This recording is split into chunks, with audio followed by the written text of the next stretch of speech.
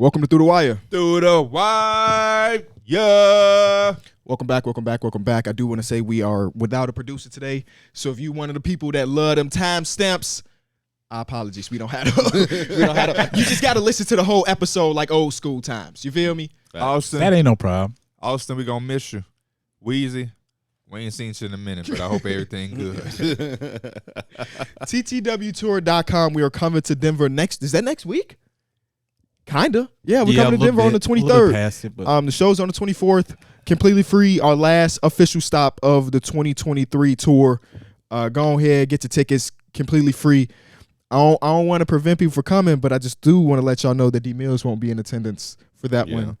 So if you're looking for some big sexy ball, you got to come to Chicago. I'm not gonna lie, that kind of is the reason why I'm just ready for it to come and go. Yeah, because this is my least hype. It had nothing to do with Denver. Yeah, it just has to. It don't hit the same when it ain't four. We've only had one other trip where it wasn't all four of us. That was that one summer league year. Yeah.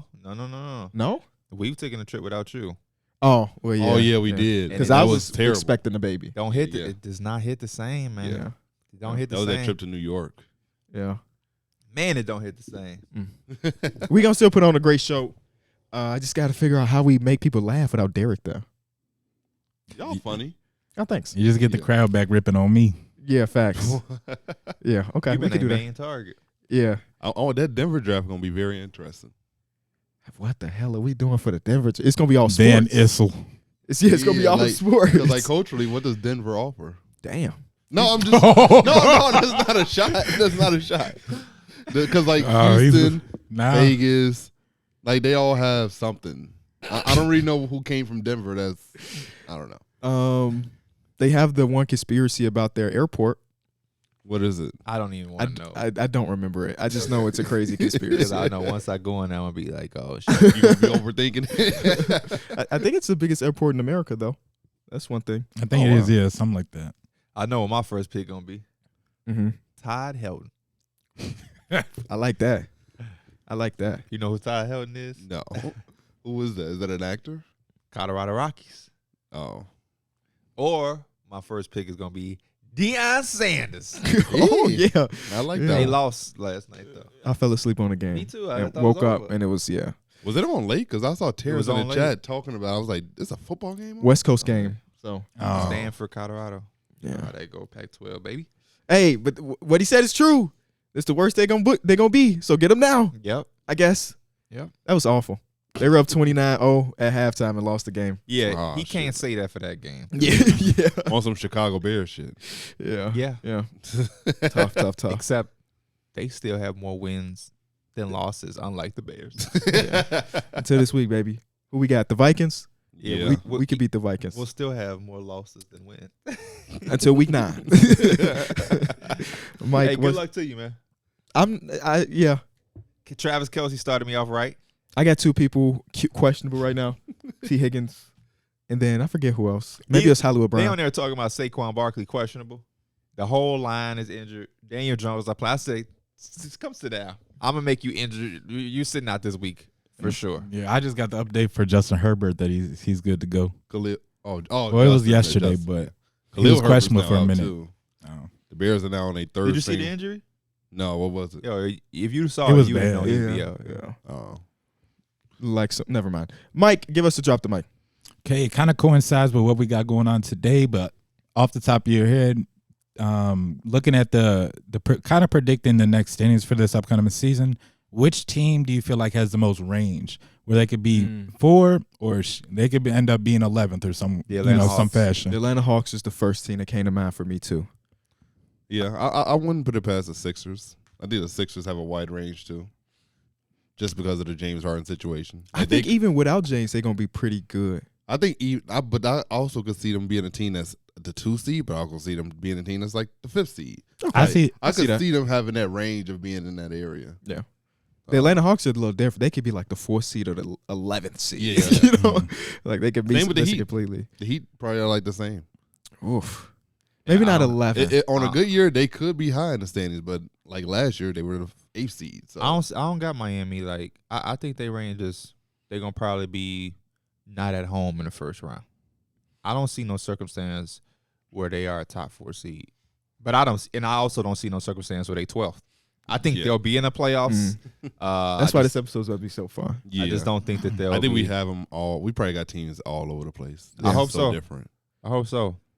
I hope a little bit so. I hope y'all ain't got no shit that's crazy. Well, the curveball of today's episode is that we have to come to one agreement. You know, so that hopefully there are some disagreements and some arguments and then persuade in one way or another so we can have through the wires Eastern Conference prediction for the 2023-2024 season. That's the goal. So who is the worst? Oh, we're not there yet. I'm ready to get that. I'm trying to think of range because we mentioned a bunch of Eastern Conference teams. Who has the biggest range out west? I think the whole Western Conference kind of has crazy. We're only doing East today, right? We're only doing Eastern. We're only doing East. I don't even know.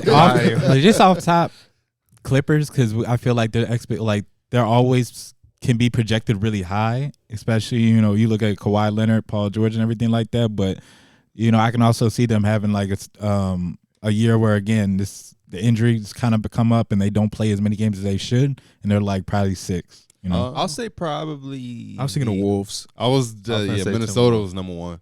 I could see them being a team that's a 3 seed, 2 seed. Like they break through and they just real if fun. They figure it out. Yeah, but then also I could see them being another team that's still just a 7 and 8 seed. Yeah, 7 and 8 seed again. What about get traded? Yeah, the Knicks interested. What about the Mavericks? Yeah. The Mavericks is a good one too. The Mavericks I have a wide range too. But I don't got the Mavericks as high as the Timberwolves could get. Mm-hmm. Yeah, I think the defensively the Mavericks is still a question mark. We don't really know how. But the ceiling of Luka himself is kind of crazy. And then you add Kyrie with that. It's like, yeah, I could see them being. Because in the regular season, that offense is going to win them a lot of games. It should. So it's just when it comes playoff time. What about OKC? Listen, a lot of people are thinking OKC's about to take they were 40 and 42 last season. There are people out there that are like, hey, we got these guys as the 5 seed this year. The 5 seed? I'm not mad at it. Like, they have. That means the Kings, that means y'all sweetheart Kings fall out. Yeah.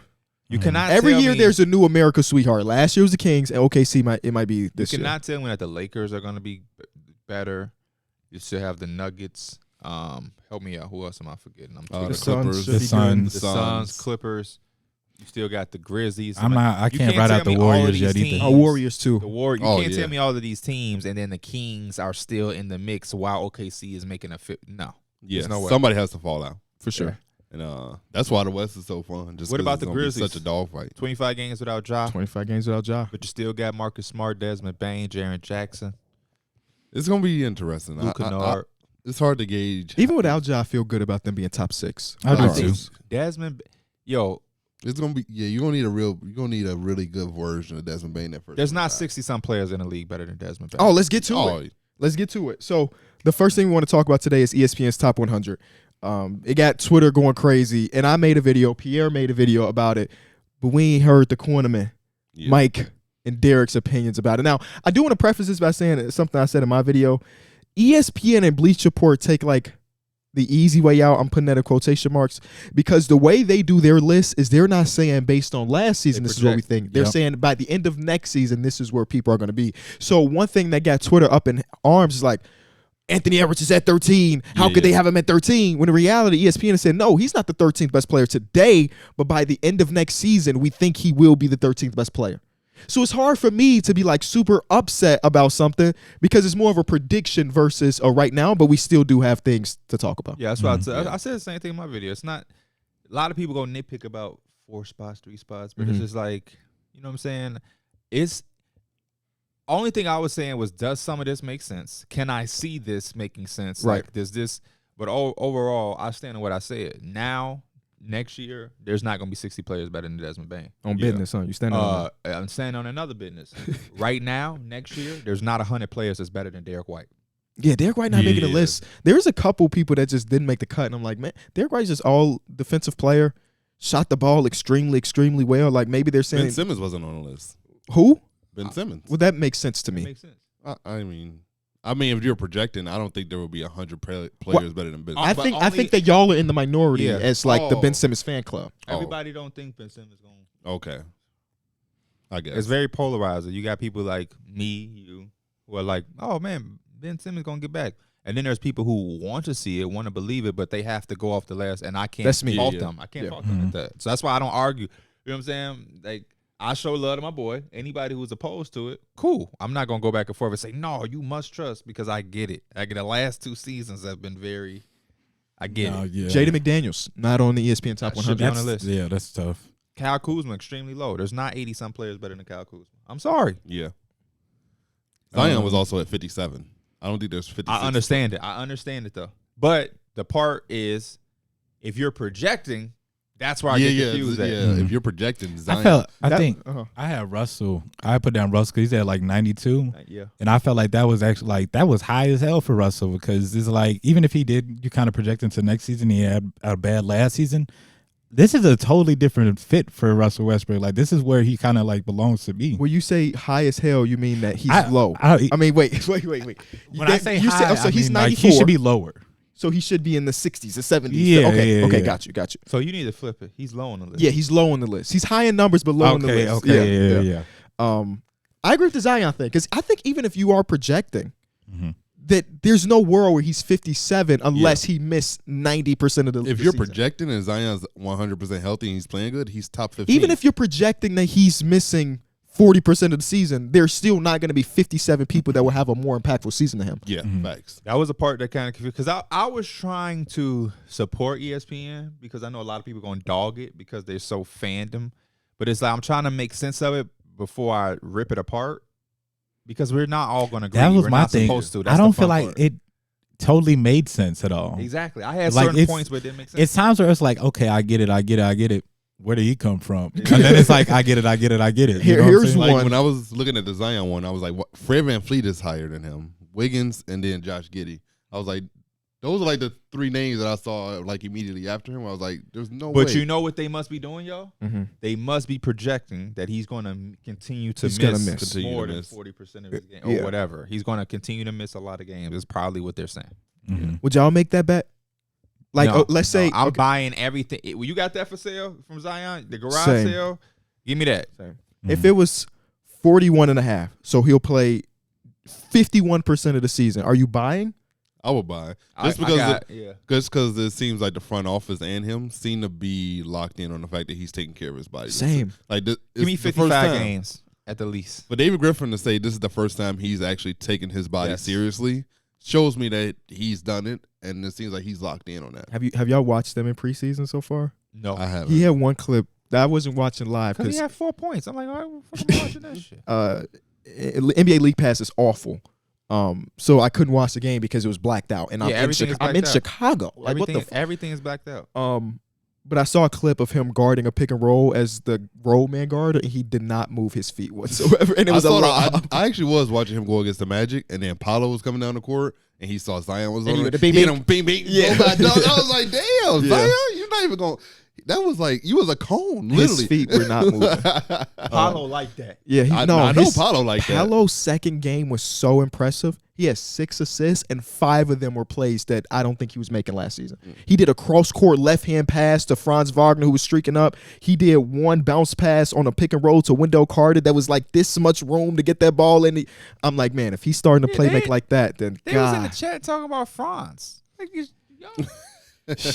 know who number 5 is? Yeah.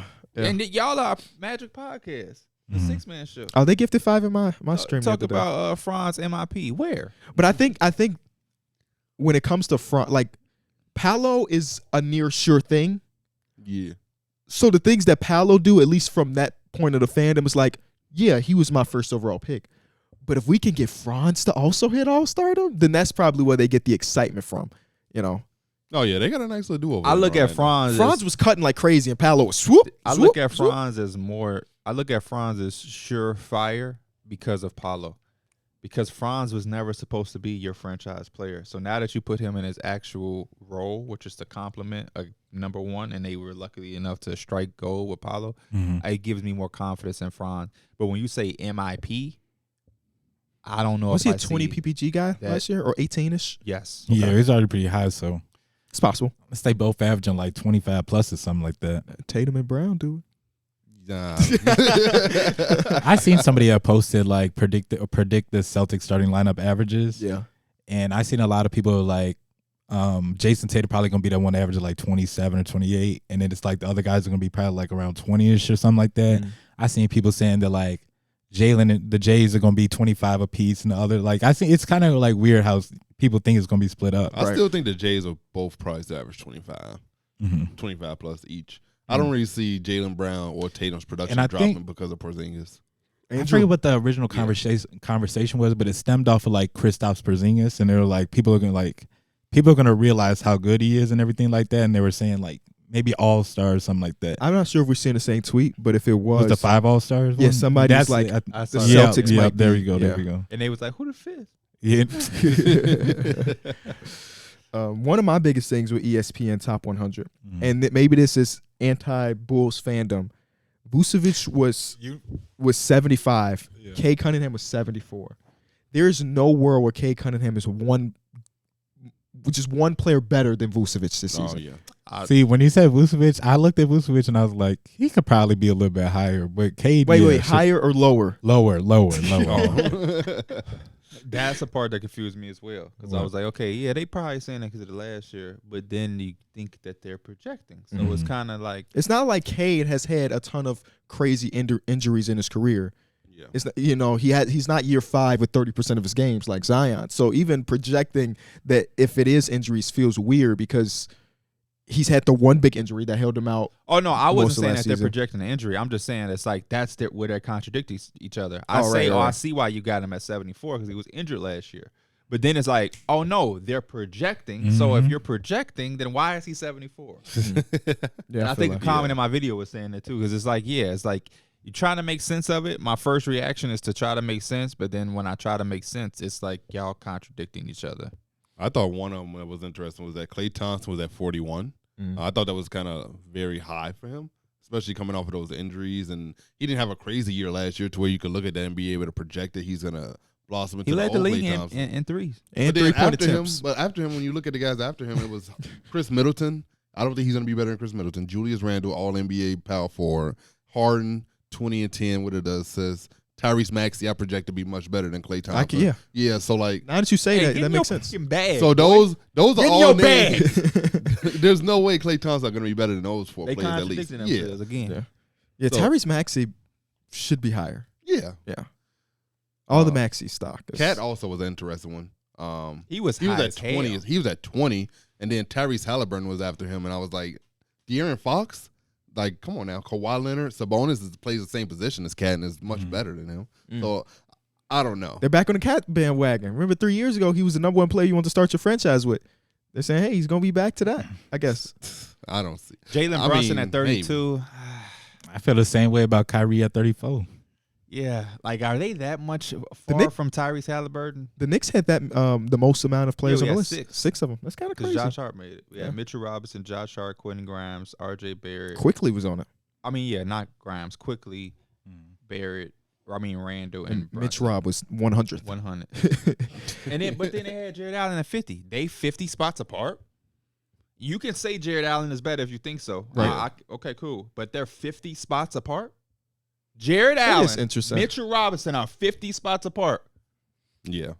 Not 50 spots. It's not 50. Not half the list. That's why I be saying it don't be making sense. It don't make sense. So when Kyrie say, who gives a I say, you're right. Yeah.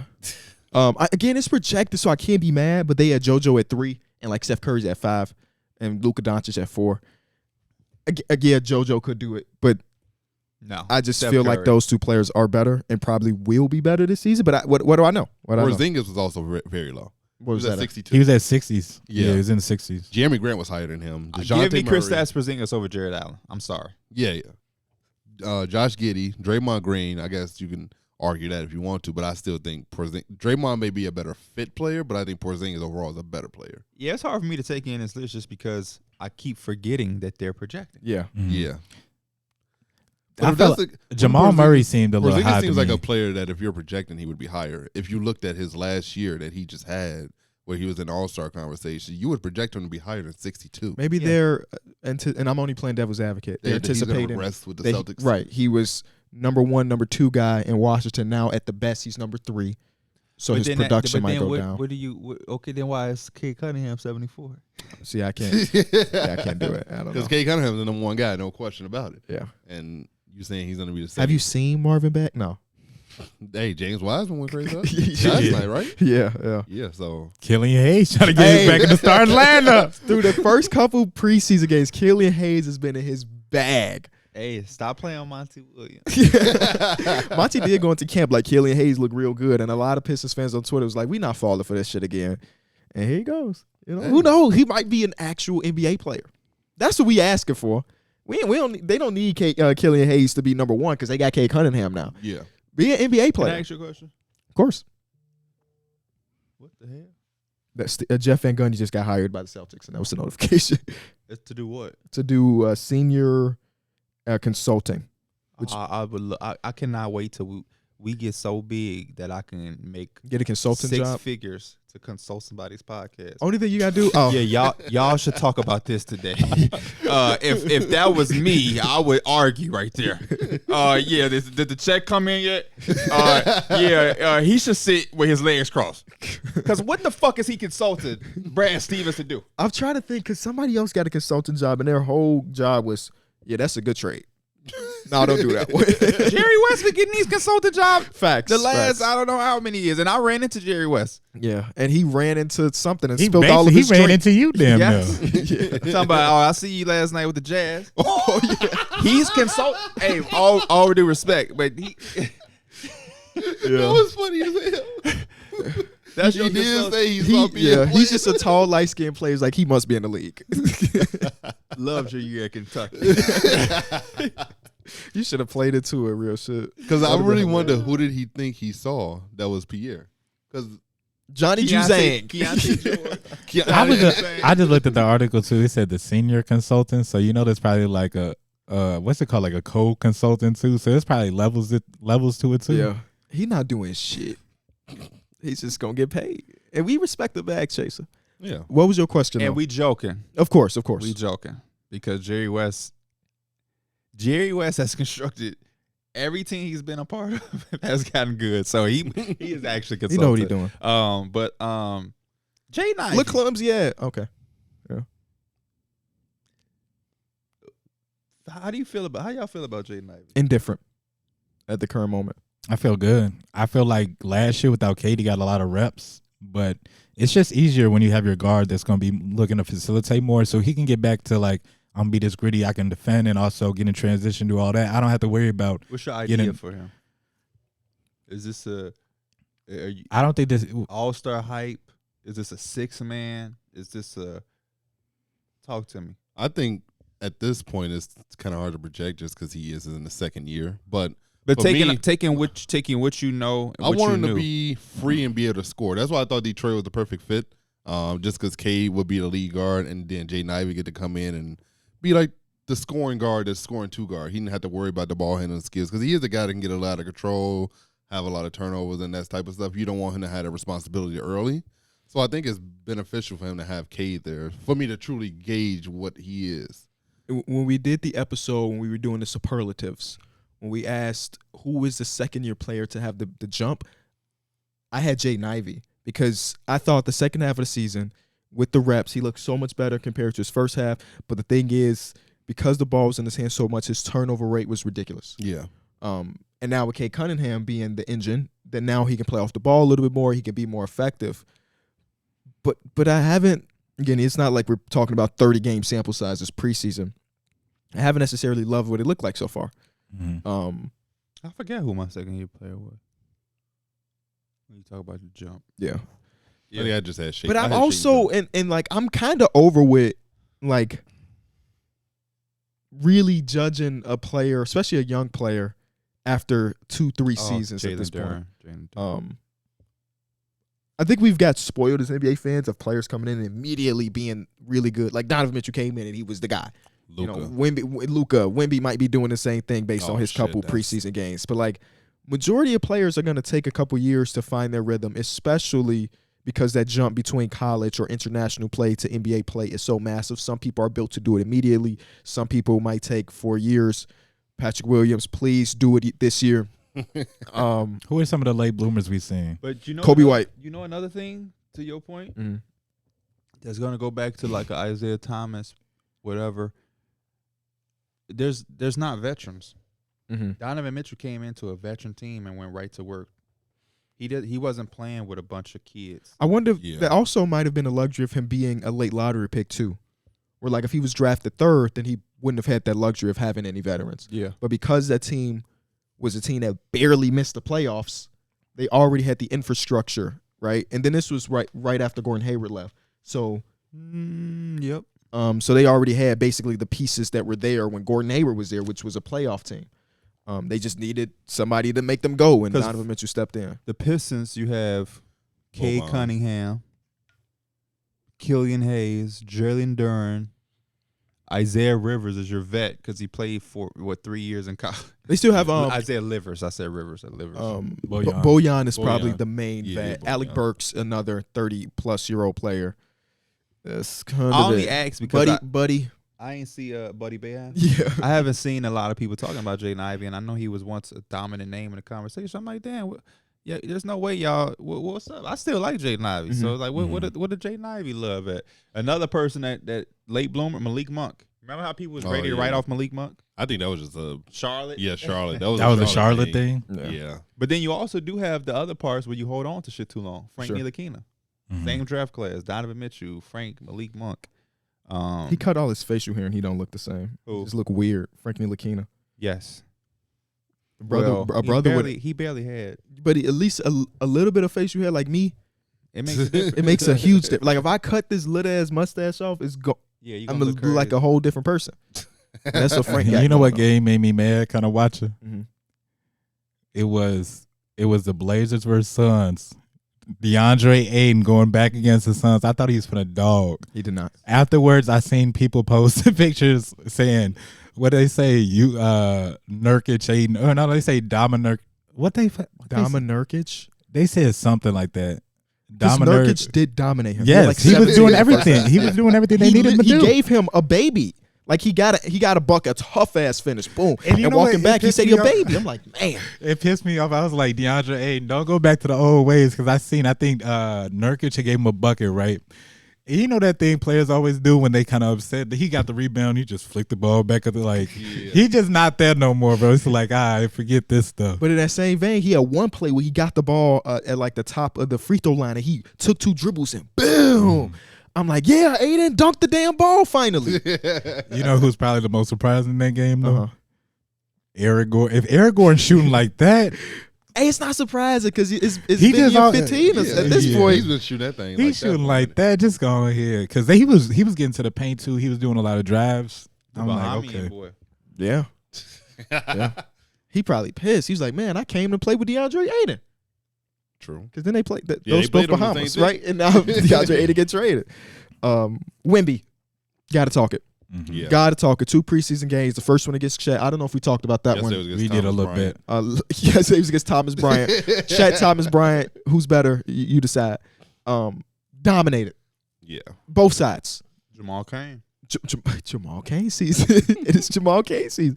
But obviously looked at widely to be they said Nurkic. You pulled the emails. Widely considered the best basketball prospect since LeBron. And that's a crazy hype to have. Yeah. Boy, through 2 preseason games. Does it look like he's living up to it? It looks ridiculous. Yeah, it's just like when you're 7'4" and able to bring the ball up the court and like someone setting you a screen, you come off it, hit 2 dribble pull-ups. Yes. That is just mind-boggling. You don't even see that. He's hitting pick and pop threes. He's dunking. What were you saying about Wemby? Somebody's comment like, ask D Mills if he a believer now. I never said nothing about Wemby. No, he just didn't say that he was on the super bandwagon. Yeah. He didn't say anything bad about him. I just said you got to show. Yeah, you really just have to show me. Yeah. And I'm still excited. People just be trying to talk. Yeah, and I still want to see him go against the good center of the league. Yeah. So like, he had one play where I was just like, oh shit, this is real. He came down, tween, mid range, cha-ching. Whoa. Okay. Y'all know what I'm really excited to see for him? For real. Him versus Zion, just them being such freaks at what they do, but being completely opposite. Mm-hmm. It's gonna be fun to see. Zion going to his chest one time, he might can burst. It's over with. I'm ready to see this in 82 game season format because I want to see it translate to wins. That's gonna be the biggest thing. That's what I'm because if he can take this team and make them a winning team, obviously they had him 47th already in the top 100. Yeah. And I was like, it's so hard to gauge a rookie, especially project them because it's like, Scoot was on that too. 47, too low, might be too low. Yeah. If we really project it, it might be too low. I think it's really gonna go on. I think they know he's gonna put up the numbers. It's just how is that gonna translate to winning? Because the defense alone, let's say hypothetically, for whatever reason, his jump shot don't hit come regular season, the defense alone is enough for me to look at and say, oh shit. Yeah, he could get you 2 blocks a game. Not even just that. He's when he is on the perimeter, he make everybody overthink, man. He will guard. Let's say you're the camera, you're the people at home. I'm guarding you. He has the range to the second you decide to shoot to jump and contest. It makes no sense. It's funny watching him dunk because he jumps like 5 inches. Yeah, no, seriously. There was one play we just came down the lane. I was like, did he jump at all? Yeah, it didn't look like it. I cannot believe that we got this season. You know. Every year it feels like we might not have like a top-end superstar at the beginning of the draft, but every year has provided like ridiculous NBA players, it feels like, except for, 2000, 2001. One of those years was fucking awful. But every year we go into like Summer League like, yeah, we about to be so excited. You know, and Wemby blows all of that out of the water. The first Wemby game, we were all there. It was hectic as hell. Disappointing. Yeah. It was as disappointing as it could get. Game bro, it felt like we were at like a like a tournament or something, or like he was at a finals tournament. Didn't him and Brandon Miller like play bad? Yeah. The score was like 62 to 64. They was asking us to find a seat. They never said that before in the history of Summer League. Were you with me? We were in the 300s. Like that's how packed it was. Yeah. We went from media passes on floor to in the 300s because the arena was so crazy. Me and D-Mill said we ain't gotta find no seat. But yeah, I'm about to do. Y'all got that tall luxury. Y'all can just look over people. I ain't got that. Probably the first episode of this new thing I'm gonna be doing. I think I'm gonna call it "What If." The episode. I don't want to dive into it here, but what if this is the greatest draft class ever? Because Wemby is killing. Scoot killed.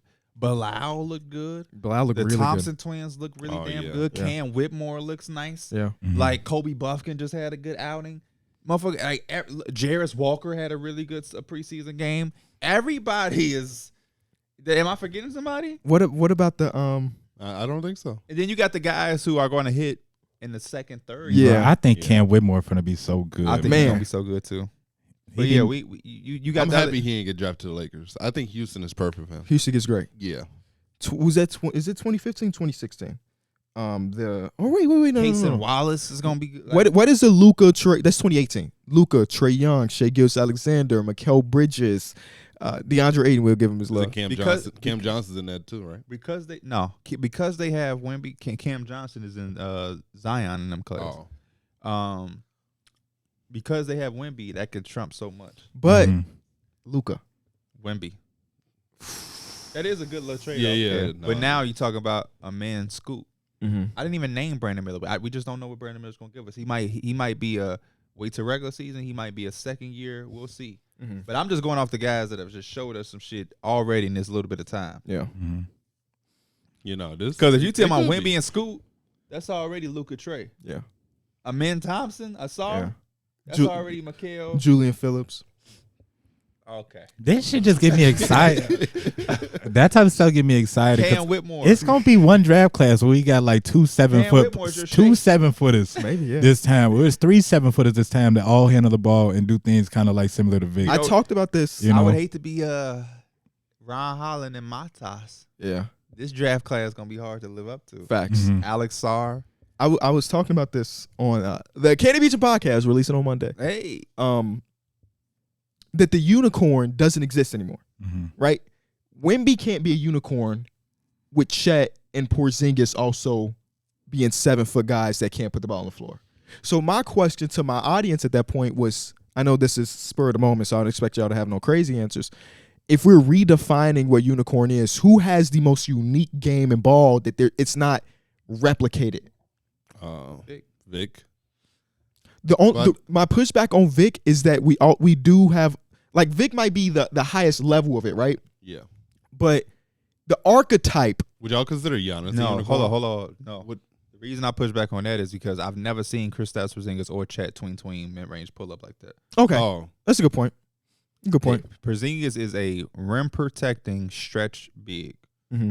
He is not taking the ball and he's not doing that. Mm-hmm. But he does have not guard skills, but he is skilled. He is skilled with the ball in his hands enough that at that point when he was drafted in 2014, that it wasn't seen before.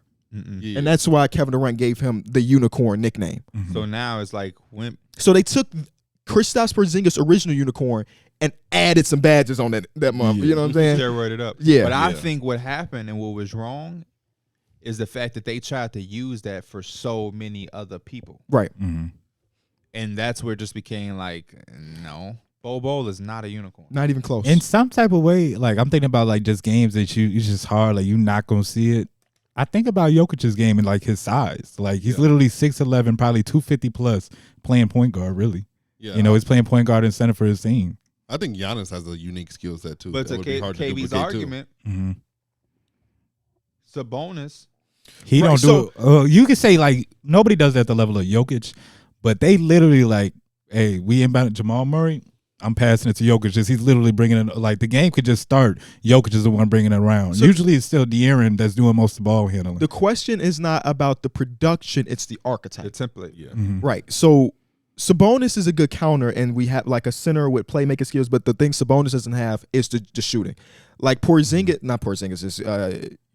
efficiency when he does hit mid-ranges and three-pointers is out of this world. I saw a graphic the other day. It was like centers, points per game, and true shooting of all time. And Jokic is like 5th on the list, and all the other people up there are like people that were down low in the post all day, every day. None of them dudes took a jump shot in their entire lives, and Jokic is like 5th as a guy that attempts multiple threes per game and also takes mid-range jump shots.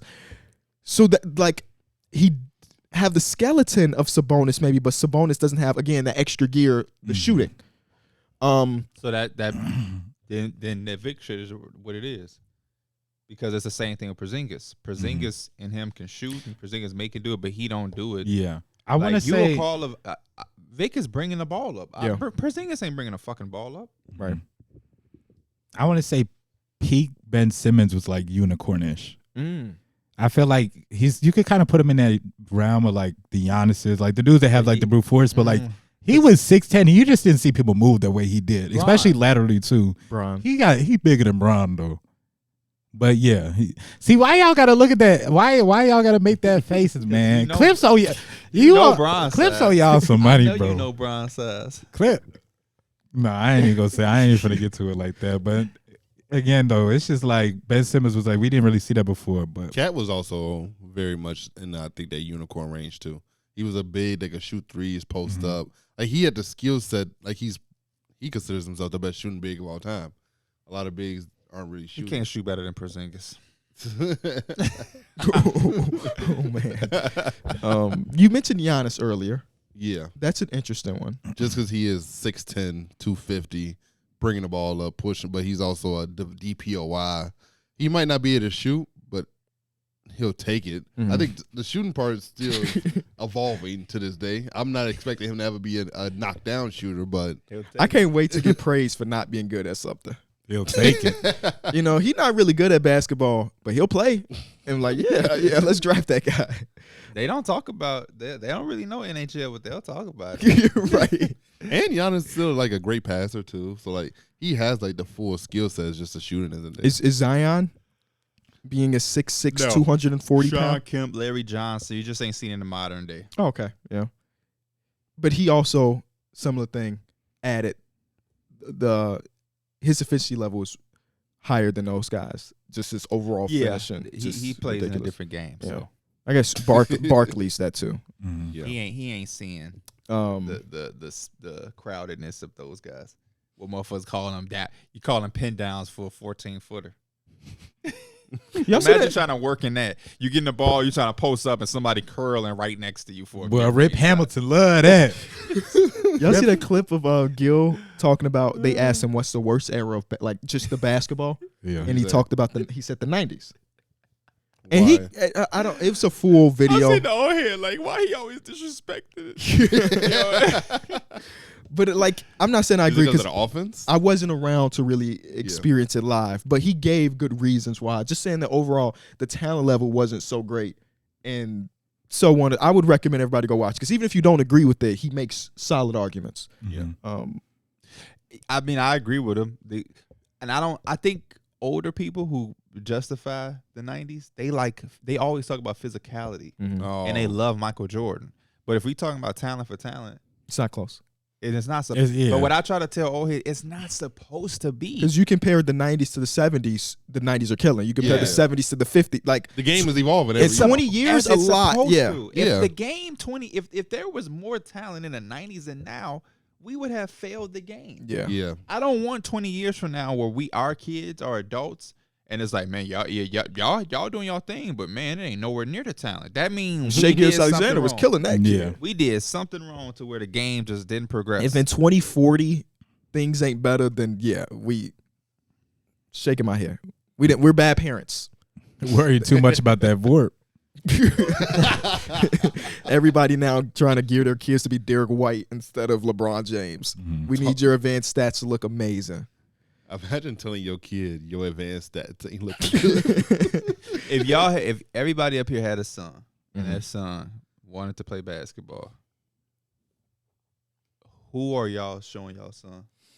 And you have to think of your genes. My son would not be 6'5". Right. Well, Suzanne's brother is 6'3". Her uncles are tall, so if my kid can get them genes. You're tall. I'm the shortest guy in the family, so it's not like it's all short men. So it's a world where my son might hit 6 foot. Am I the tallest man in our family? Yeah, I think so. Yeah. We got a couple 6-footers. 5'10" and 11s. At least we know your son gonna be good looking. Yeah. As long as he look like his. Oh, crazy. That's crazy. I'm having him watch all high IQ basketball players. Why? That's the exact opposite. I thought you was gonna say he gonna watch Jordan Clarkson. That's who you are. So I want my son to be better than me, though. Okay, word. I want my son to be better than me. I'm gonna teach him all the offense, but I gotta teach him specific. I'm teaching players probably hey, you want to make every basketball team? We finna watch this Draymond Green right here. Dive on the floor, be Eric Dubose. Takes charges. Let me ask you he yelling at your point guard, getting that man face. Let me ask you this question: how tall are you? 5'10" on a good day. Who's the tallest person in your family? Him? Nah, my dad is short, but his brothers are 6 foot. They have some height to them. So if your son at the best could be 6'1", yeah, why the fuck would he watch Draymond? I mean, well, he does. He probably needs to watch Pat Bev. That's fine. That's fine. It's the same motor though. It's the same motor, so he can watch Marcus. You can't Smart, teach you can watch Drew Holiday. You got to take him out west to hoop. You can't teach motor. Whoa, if your son is growing up here, he not gonna have that motor more than likely. You got to go put him in the trenches. Sure. That's a great point, man. That's a great point. I'm not gonna do that. I'm not saying you have to do that. But I'm making it to the league. Your son is going. Our kids are going to grow up 10 times better than we. Yes. My dad. Our kids are going to be privileged. Yeah, my dad said, "Yo, when you have a son, it's going to be a little bit more difficult for you." Because he's telling me EJ, growing up in Oak Park, don't have the same type of bite. He it's going to be even worse for your son because look what the fuck you do. Yeah.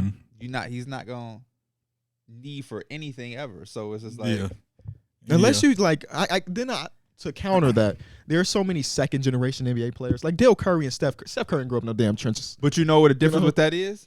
They have a little bit of chip on their shoulder because everybody treat them unfairly because they are the son. So it's like when you come in, it's like spoiled. Yeah. So now Steph y'all think I'm here because of my pops.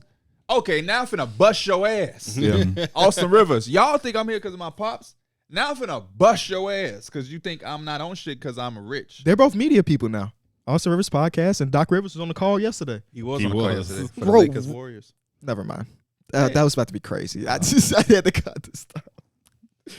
I had to stop. One of the most funny parts about the surprise party that y'all threw is Ty, Pierre's dad, saw my brother-in-law, who's 15 and he's 6'3". He say, "You play ball?" Nolan said, "A little bit." He said, "How you play ball a little bit?" He said, if you want to play, you actually want to play, you need to get in the gym with me. And Nolan looked at me and was like, "That's true." This is funny. I missed that, but it sounded like my pop. You know what my pops was doing when he was young? You hungry? A little bit. Can't be hungry a little bit. You either hungry or not. I hate when people look at me and they ask me, did I play basketball? Or do I play basketball still? I'm like, no.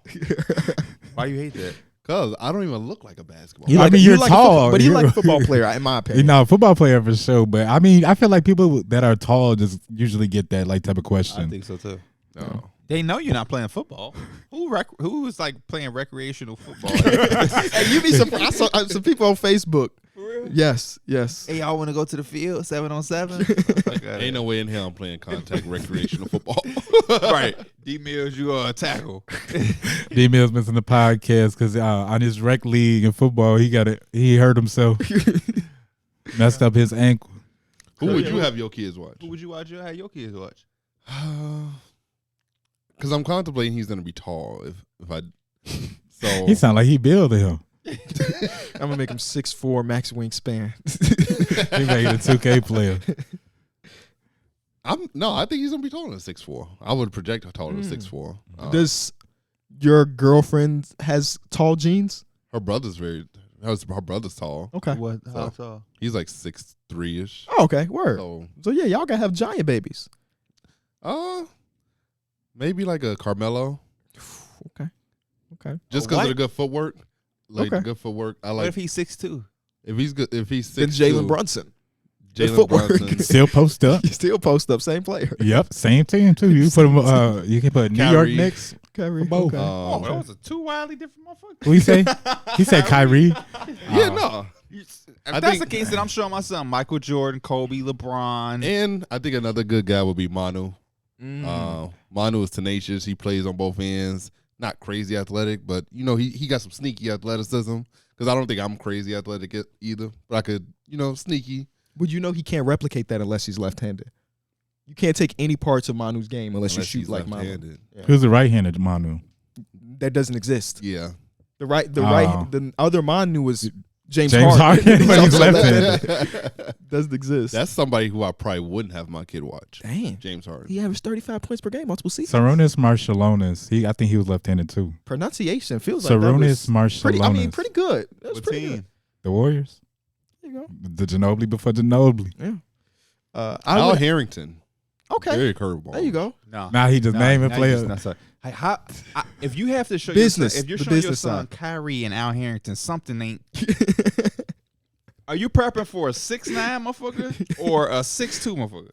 Just names. No, I feel like I have a range. I have a range with height. It's the same thing I asked him. If his son's gonna be 6'1", I feel like me being 6'4", I feel like my son. There's a range with how tall they could be. I'm making my son watch my YouTube videos. Go. You're not making it to the league. Go be a creator. You tell him that early. No, I think honestly, I would rather my son play other sports because I just don't think the brother's gonna be tall. I'm just being real. I just don't think he's gonna have the genes to make it to the league. Is football on the table? Sure. Not really, but if he's really, really passionate about it, I'm not gonna step on his dream. My son gotta watch some skillful score. If you could score the basketball, there's nowhere you can play. Like Trey Burke, Donovan Mitchell. Just watch Donovan Mitchell. Darius Garland. You gotta put on Kyrie. Donovan Mitchell jumping out the Kyrie is just finesse. Kyrie's one of my favorites, so he gonna have it goes hand in hand. Even if he's you don't even got to put on the Kyrie highlights because they already gonna be playing on the monitor on the other screen. So it's just like, I think Luka would be a good But I also too. feel like you have to be like, I feel like some of Kyrie shit, it is skill, but that's God given. He was born to play basketball. Like Paul George, that's my guy, but I'm not letting my son watch Paul George because he's just you can't really replicate that. That's why I'm not really shooting. You gotta put on motherfuckers who are like I say, like Darius Garland. You gotta put on somebody that was weak when they came into the league and then became real good. Because that was work. Darius Garland was the weakest person. Yes. Advanced stats rookie season. Darius Garland was bottom 5 player in all of basketball. I fought for you when they said that, DG. Yeah, and look at him now. Jalen Brunson is a good one too. Jalen Brunson is not like this in the lab. I'm not finna be like, hey son, study this Derrick Rose. Right. You're not about to have a 44-inch vertical. No, nigga, you need to watch some Derrick White, Drew Holiday, Jalen Brunson, Desmond Bain. Yeah. So you gotta hit the waist to be Desmond Bain. Yeah, just strong for no reason. Would Zion be someone y'all would consider? No. Hell no. What am I going to put your head down and run? What the hell? Zion Williams? Might as well watch Derrick Henry highlights. Right. Zion Williams highlights is crazy. We can watch him, but we not replicating your game after him. Yeah. We can watch him dunk some balls. That would be crazy to say, all right, son, what you take from this film we just watched? What's on your notepad? It would definitely be hard to redo. Here go my final answer. Jamal Murray is another good score. I'm putting on some CJ McCollum. Okay. That's a great one. That's a good one. That's a great one. Yeah. Some CJ, little CJ. That's a great one. Mid-major. Really yeah. Did not play his rookie. Had to really grind for his minutes and became a really good player. That's a really good one. That's a good one. I'm proud of you. I'm so proud of you. Thank you. Y'all want to get into the bulk of the episode? Let's get it. Is time for us to predict the Eastern Conference standings collectively. If you want to play along, this is enjoypredictions.com. I also realized up top that doesn't even say basketball. It's missing an L. Or am I tripping? It just says basketball. It's just missing an L. Yeah. Basketball. You can play along. Use the comment section. Let us know how we do. Again, I don't know. I feel like it was 2 L's yesterday. I don't know what happened. But we are trying to predict the Eastern Conference standings. Obviously, there's a lot of variables, injuries, breakout players that we cannot predict. Last year, I did this exact same thing on my channel, and I struggled. I think I got 4 right out of 15. I got some that were one off, but for the most part, this is nearly impossible to do, but it's more for the conversational piece. I want to keep it here for most of it and just kind of go back and forth. Okay. Do y'all want to start from 15 and work up or 1 and work 15 down? Okay. So who do y'all believe is going to have the worst record in the Eastern Conference? Oh. I had the Charlotte Hornets. I had the Charlotte Hornets. All right. That seems as easy as I didn't actually come prepared, if I'm being honest with you. I was more trying to set this up from I forget how this even works. Ain't this your site? Oh, wait. I did it wrong. Click the I did it wrong. There we go. Charlotte Hornets. This is why I wish we had our producer, because the producer's job is to do this and not me. But whatever, we ain't got him today. All right, so why do y'all believe that the Charlotte Hornets will be the worst team in the conference? Just pieces-wise, they don't really have a lot going on. I think LaMelo's good, but realistically, when you look, that roster just has a lot of holes. And defensively, I just don't see them really doing much. I agree with Darrick. I think the focus for them is going to be to make sure that those young guys show something, because they're going to really lean on them. So we're talking about Mark Williams. We're talking about Brandon Miller, LaMelo, Nick Smith Jr., JT Thor, Bryce McGowan. And also, you're probably looking at Gordon Hayward being expendable, if possible, just because of the money and the age. Maybe somebody buys in on that last year of that deal, Terry Rozier. So I'm looking at the vets maybe getting out of there, and then I'm looking at the fact that Miles Bridges now has the cloud over him because of the stuff that just came back up. So who knows what's going to happen with that. And when you just look at this team from a roster standpoint, with that being included, they don't have talent that I can depend on to protect. And this is for both East and West. It's like the least confident team I feel like is going to be out there winning games. As good as I like, as much as I like LaMelo, still got Terry Rozier too, who's like at least 20 points. I feel like this is a tall task for anybody to come in and say this team. I think that's too much to put on LaMelo, who had a really banged up year last year. I could just see them being a team that just gives up so many points, bro. I want to play. I'm going to play devil's advocate because I'm in agreement. We have them at 15.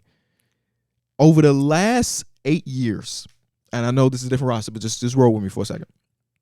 Over the last 8 years, there's been only a few teams that have beat their projected plus minus every season or majority of the seasons.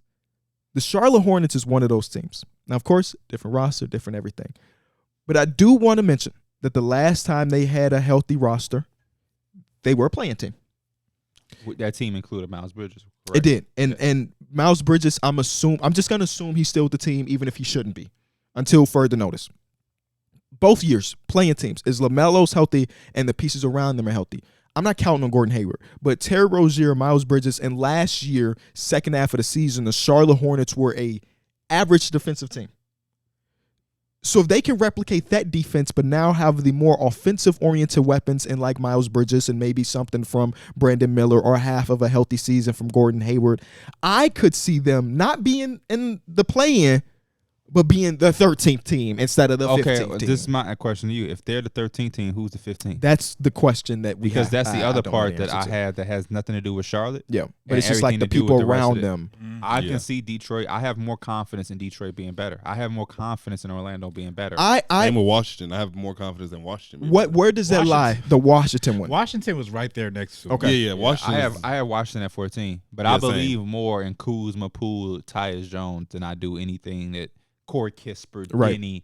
They have names that I am way more dependable on. Yeah. Are we saying that 14 is the Wizards stuff? I had them at 14. I have them at 14 as well. Mike? I have them at 14. Okay.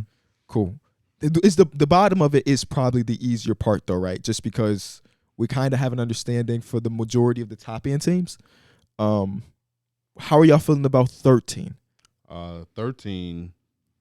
This is where I have the Detroit Pistons. So I have the Detroit Pistons. I know roster wise they have a lot of talent, but maybe it's just still a little bit too early. And I just think the teams above them are just better and like more seasoned and more ready for this, for like a 82 game season. How many games did they win last year? They won 17. So I felt like this is a successful year for them. You get Cade back. They're going to be better from 17th dead last to 13th is an improvement. But I still think that I agree with D Mills. They're extremely young, so it's going to be hard for me to really count on them in his first year with Monty Williams to be able to close out games. A lot of this stuff is closing out games and knowing how to win. They're just too young. It ain't nothing for Piston fans to get upset about. You have talent, but the talent does have to grow and season themselves. And because Cade ain't played, we still have him and Jaden Ivey have to figure their relationship out. Him and Jalen Duren looks like that they're on that because they played all summer with the Olympic select team and then the Rico Hine runs. But there's a lot of gelling, and they have a first-year head coach. So I don't want to put too much of an expectation on the Detroit Pistons because they are still so young. But I do think that this is what you want as a fan, which is to go up, which I think they'll do. Yeah, I had them there too. I mean, just even looking at the stand, even if they doubled their wins and ended up with like 34 on the season, that could still get you the 13th seed. So it was just like playing the numbers game. I also felt like with them too, to add on to what y'all had said. All right, 12. This is where I had the Toronto Raptors. Interesting. I don't really see them as this team that's like really good, especially with them losing Fred. I thought when they were good, it was because Fred was like playing at all-star level. They don't really have much point guards play. They have Dennis Schroeder now. Don't really think there was much of an upgrade there. OG is a guy that I could see them probably trying to trade throughout the season just because he's on the last year of his deal. Siakam, I just don't. This team doesn't really have much for me to believe in. Look at the whole. I also had him. I had the Raptors at this 12th spot. I did not have him at 12. I feel like as I was kind of going through the teams, I felt like one of the teams like has to slip down a little bit because I had teams moving up, and I was like, this could be the season where they kind of just like they fold their cards and they're like, you know what, let's trade these pieces away. So obviously, if they did that, I would be in agreement with y'all. But because they still have their team intact, they went out and signed a guy like Dennis Schroeder. Gives me the belief that they're going to attempt to give this one last go at least. I had the Orlando Magic here, and I had the Orlando Magic here for a lot of the same reasons I had the Pistons. I think a lot of people are so excited to see teams jump. And you want to see that from Paolo. You want to see things from Franz. But there's also this other reality where they do play better, but they don't take crazy significant. We see that. Like, Paolo had a very, like, damn near historic rookie year. So what if he doesn't go from 20 to 25? It don't always work like that. Yeah. So he might come and have 20 and then go to, like, 22, 23. It may not be a 25 to 26, like, crazy jump. He still got better, but he didn't take a crazy-ass leap. And I feel like sometimes franchises and teams, I think, didn't they do that with Anthony Edwards, where it was one year we came into and everybody was like, this is the year for Anthony Edwards, and it actually was like the next year. So it's like the Magic are still extremely young. The Magic are going to have to close out games and win games, and I have more faith in a team like the Raptors than I do the Magic as of today. I believe OG. I've seen what OG does. I believe Pascal, all-NBA guy. Scotty Barnes got to show us something, and I love the fact that they're coming into the year with Jakob Poeltl. You got Gary Trent Jr. You have Dennis Schroeder. There is some familiarity there. I like the Raptors a lot more. Not a lot more, but a little bit more than the Magic. Man, so the real question, for me at least, when doing this, was like, what is my jump team? right? It feels like every year there's one team that takes a significant jump. I like so I've not flipped the coin, but I came down to two teams. Indiana Pacers, Orlando Magic. Same. Clearly, you know my answer.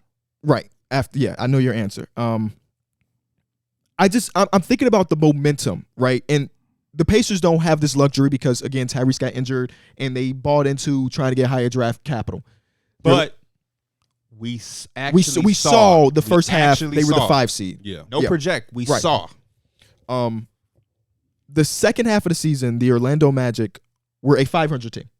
They started off awful, right? Markelle Fultz is injured. I forget what their exact record was. It was bad. And then Markelle Fultz gets back into the rotation, and then they ended up being a average team. And by the last 2 months of the season, they were a top 5 defense. I feel like that defense is going to, maybe not top 5. I don't think they're going to finish top 5 all season, but they're going to be a plus defensive team. And if I don't expect Jalen Suggs, Markelle, Franz, and Paolo all to take jumps. That's irresponsible to even think that that's a possibility. But if you can hang your hat on one of the 4 or 2 of the 4 hitting that next level, and the next level, of course, is different across the players, then I feel confident in them. So if I can think that and also think the Pacers, that means I'm going to take 2 teams to fall instead of just one. My team is the Chicago Bulls. I'm not mad at it. For me. Yeah, they feel. The Bulls fell for me, but they didn't fall 12. Tell me, what are we at? 13th or 12? 12. Yeah, the Bulls are at 11. I have them at 11 too. I don't think that's far off. Magic at 11. I have the Bulls at 11. Okay, let's get back here. Okay, after hearing what Pierre said about the Magic, does your Toronto Raptors opinion sway? Because at the end of the day, again, we have to come to an agreement. So this is where maybe a little debate can come into play. I could see it. On my side, I was just like, because it's predictions, I'm more so speculating that something happens. But also, the reason I'm speculating is just because I don't feel confident in their, like, just their makeup of their team. I think the Toronto Raptors, especially shooting the ball wise, I think teams are really going to pack the paint on them. And are you also betting on if it doesn't go well, then Pascal gets traded or OG gets traded? Even so, say they still have the same roster, I wouldn't see, like, I still see them probably around like 10. You know what I'm saying? So I don't think whatever they do in this season is going to, like, be something they want to believe in. A year like last year, which was a year you're going off of, they won 41 games. And a lot of Raptor fans had a big issue because they were saying Fred VanVleet was playing for the contract. So if all of that was happening and they still got 41 wins, Fred is now gone, which is a big piece, even if you do think he was playing selfish at the time. But you still have 41. You bring in Dennis Schroeder. Well, honestly, if you needed that role from Fred. And you have Jakob Poeltl there the whole year. Because remember, they had a big hole in the center. When Jakob Poeltl played last year, they were above 500 team in the games he played. And you're not replacing Fred because he meant a lot just from the shooting. I feel like the shooting standpoint. Even if Dennis Schroeder, I think, is steady enough for this team because of the way that Pascal plays. Pascal Siakam, if we're comparing as of today, is a better player than Paolo Banchero. Yeah. I'm trusting more of him than I. Now, if you ask me the longevity, Paolo Banchero is going to smash. Right. Pass out. Paolo Banchero is going to be a top 10 player in this league for a very long time. Consistent, perennial all-star. But I'm just going off of today. That's why I lean on the Raptors a little bit more. But if I can see do you trust the first-year coaching of Darko last name? After with that stuff with the Knicks, I don't know if I can. Because I don't know how to pronounce it. I do because of that. He's so dedicated. He's willing to steal and jeopardize his whole NBA career. He's so but wasn't the thing just like he's been doing this for a long time? Like he's got the. I honestly don't know. I thought that was the whole reason why they got getting sued. But it's close to me. I'm just leaning to the Raptors because again, the team that they had last year, basically 40 wins. They basically bring the same team back. This is the last year they're going for it. They're experienced. They're young. They've played in the playoffs. So I'm just leaning on that. They know how to win games. They have the All-NBA player. Paulo is eventually going to be an All-NBA player. He's not that yet. And for the Magic, you're counting on certain things. I'm saying don't count on anything from the Raptors. Just take their players for what they are, and they got you 41 wins. The Magic, you have to say Paulo takes this jump. And it's like, again, I think their players are going to get better. I just don't know how much. So because if Paolo is a 20-point scorer, some Magic fans think that he can jump to 25. I think so too. But where's the world where he's only a 22-point scorer? I just think he ain't get worse, but shit, he ain't take the significant jump that y'all was predicting. I think them missing Markelle for that big portion of last year was a big reason why they got off to that slow start. So them having him, not to cut you off, he brought up something that I was trying to say I take into consideration too. The Magic always have a motherfucker hurt. I don't know if I can look at this team and say, man, if this guy stay hurt, it's always somebody hurt. Wendell is going to miss, maybe not too much to where you like, oh, man, he missed 40 games. I could count him not being in that lineup consistently. He good for 68 games a year. Markelle has had a history, as much as we all like him. Jonathan Isaac. Is he getting to 30 games? Jalen Suggs. How many games did Jalen Suggs play last year? I think he played a lot last year. Didn't he break his hand or something? But Jalen Suggs, already in his career, is kind of like, again, like the Wendell Carter, where it's not like. So, I want to put a pin in this. You said your 11 team was the Bulls? He played 53 games last year. Yeah. The year before, he played 48. Who was your 11 team, P? Magic. My 11 team is the Bulls. Okay. Do we want to put a pin in 12 between Raptors and Magic and put Bulls 11? Does that make sense? Yeah. That worworks. Because I think it's good conversations that I don't know. Cole Anthony 60 games. Gary Harris 48. Truma Okeke 27 games. Because I had the Bulls at 10. But I'm not. He's not in the court. I had the Bulls at number 10, but I'm not opposed to putting them at 11. You know who the Bulls should be. Right up there. In your dreams, pal. Yeah, literally. The one thing about the Bulls, though, is they have guys who are legitimate at any point. Yeah, they're not. So please talk me into it. That's my thing of why I don't want to just put the. Hey, we arguing about them, so let's just drop the Bulls. I had the Bulls at 11, and I felt like, am I being too low? Because it's like it's the Bulls. Yeah. This is what I do. Zach LaVine, they do have a range of where they could land. This is my fandom, though. This is how I do my fandom. I come into the season pessimistic. So if they are the 10th seed, hell, they were better than I anticipated. So I can't be disappointed. If I'm saying they're 11th seed and they end up 13th, I can't be disappointed. Hell, we just got a better draft pick, The way the front office got those tickets priced, they got them projected to be very. If they end up as the 11th seed, you're going to be out of $200 because we made our bet. Wait, what was that bet again? They're not going to be in the play-in. Well, they have to be lower than the 10th seed. So, right. So I got top 10 seeds. You got 11 through. Yeah. Mike, they're going to make the play-in. You'll see. Somebody talk to me about. Make it 300. Fuck it. Since you're so confident. Sure. All right. It's just money. Make it. Never mind. You said it's just money. I was about to go crazy. If it's just money to you, I ain't going that way. Wise man was saying it's just money. It come and go. Is it not true? If you're about to buy something, the best way it's just money. That's terrible financial advice. No, you know why it's not? Because 9 times out of 10, you're going to buy the shit anyway. So what you going to do, beat yourself up over these off-white dunks? No, it's just money. If I'm about to buy. When you bought that Gucci belt, instead of you being like, man, I can't believe I spent this much on the belt. It's just money. The very next week, I know how. But that was from my situation though. Like your checks. If the very next week you made that money just back. Don't go for it. If we at the store and I see a jacket and it costs $150, and I'm like, P, I really want this jacket, but I only got $160. Like I ain't got $160, I get paid again. And for you, but it's just money. It ain't just money. You got to know yourself. For you, it ain't just money. I would tell you, do not. I would ask you why you even come with me. Because I'm going to a place. But it's just money. Jackets. If me and you really homies, we not even going to that store. We probably just waiting for Tuesdays. We hitting up the $4 movies. We probably just went. We probably did that or just got something to eat. We had Shake Shack with it because you ain't spending $150 there. So you have a little expensive. We gonna hit the Wendy's. I got the 4 for 4. Shake Shack. You ain't got enough for Shake Shack. You meet me at my house and I'm gonna print some applications if you can't eat at Shake Shack. That's a real homie. He helping you get a job. For real. The fuck?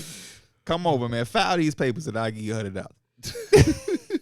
Who do y'all think is gonna be the best team? I have. Okay. Yeah, I like this. I like this how some of my the shit Milwaukee Bucks. The Milwaukee Bucks. Oh, okay. You got the Boston Celtics? I had the Boston Celtics, but I sat there and I said, I think it can be the Bucks. So I'm fine with that. Okay, Bucks? All right. This is how I did it. Well, at least for these two, I feel like the Bucks and the Celtics, they were tier 1 teams. Yeah. After that, it was probably like tier 2. We can go into it a little bit later, but those are like just it. Like those are the top 2 teams out east. I had the Bucks first because it just feels like Giannis always just steamrolls through the regular season, kind of. And I also had the Celtics because they have familiarity with their coach. Mm-hmm. They had some new pieces, but the big chunk of it is the same. The Bucks are adding a big ass piece in Dame. Mm-hmm. The Celtics are adding big ass pieces too, but I still think your 2 main guys is going to revolve around them. I don't think this has become Tatum and Drew team now. I think it's still the Jays of Brown and Tatum, and I think everybody else fits around them. And what Drew brings is it's just added defensively. Yeah, it's like a Marcus Smart replacement. The reason also, if anything, it's a Marcus Smart upgrade. I feel like the way that the Celtics run their offense, you're just a little bit more susceptible to lose games.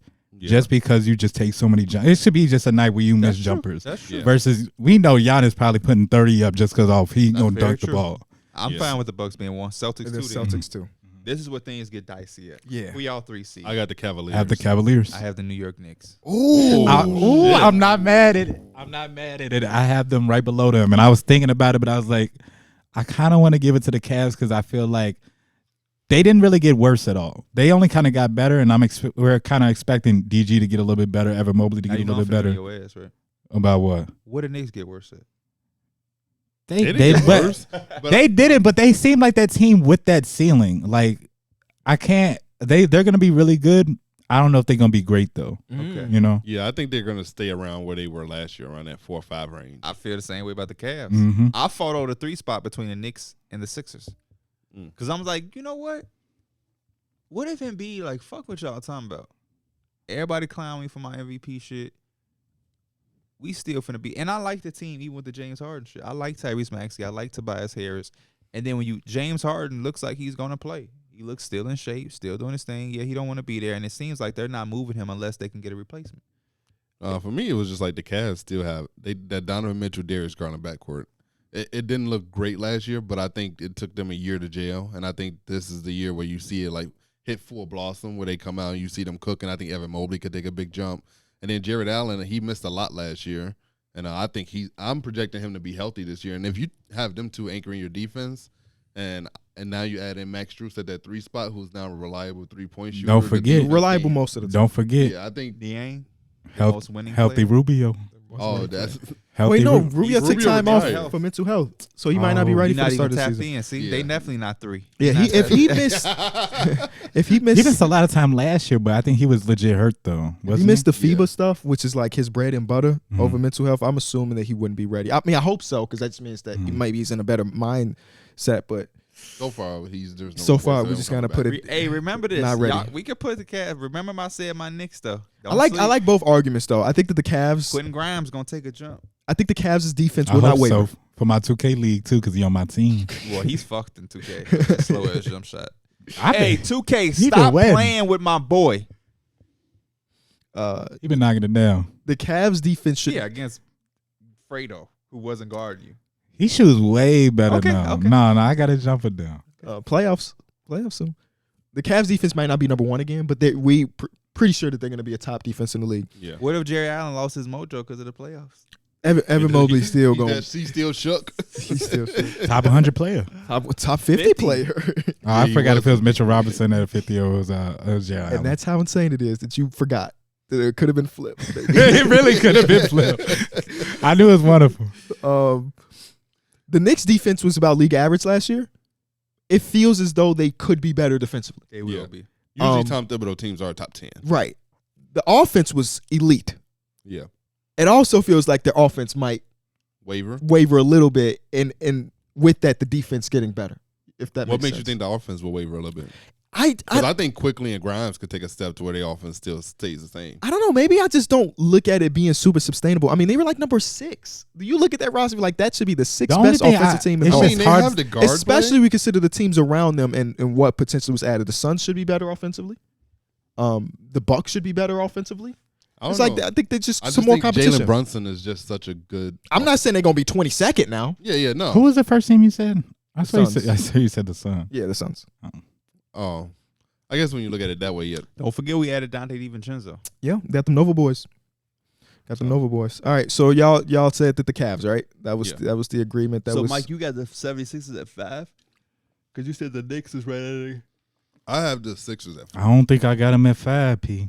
Oh shit. Where the hell is my cursor? I have the Knicks is at 4 then. The Knicks is at 4. I have Knicks at 3, so they automatically. Are you afraid of the Knicks thing of being good then bad then good then bad? No, because of Jalen Brunson. We have Jalen Brunson. I feel that we never real had steady point guard. We never had the head to the snake. Yeah. So now that we got that, and now it's not just the head, it's the head, the teeth, and the fangs. They got the fangs with it too. Yeah, man. Killer instinct. Nice tongue and slithery. Slithery finish. Like Orochimaru. What you don't know about that? You don't know nothing about him. Orochimaru, get well soon. Get well soon. Yeah, he was in a car accident the other day. Are we saying Knicks at 4?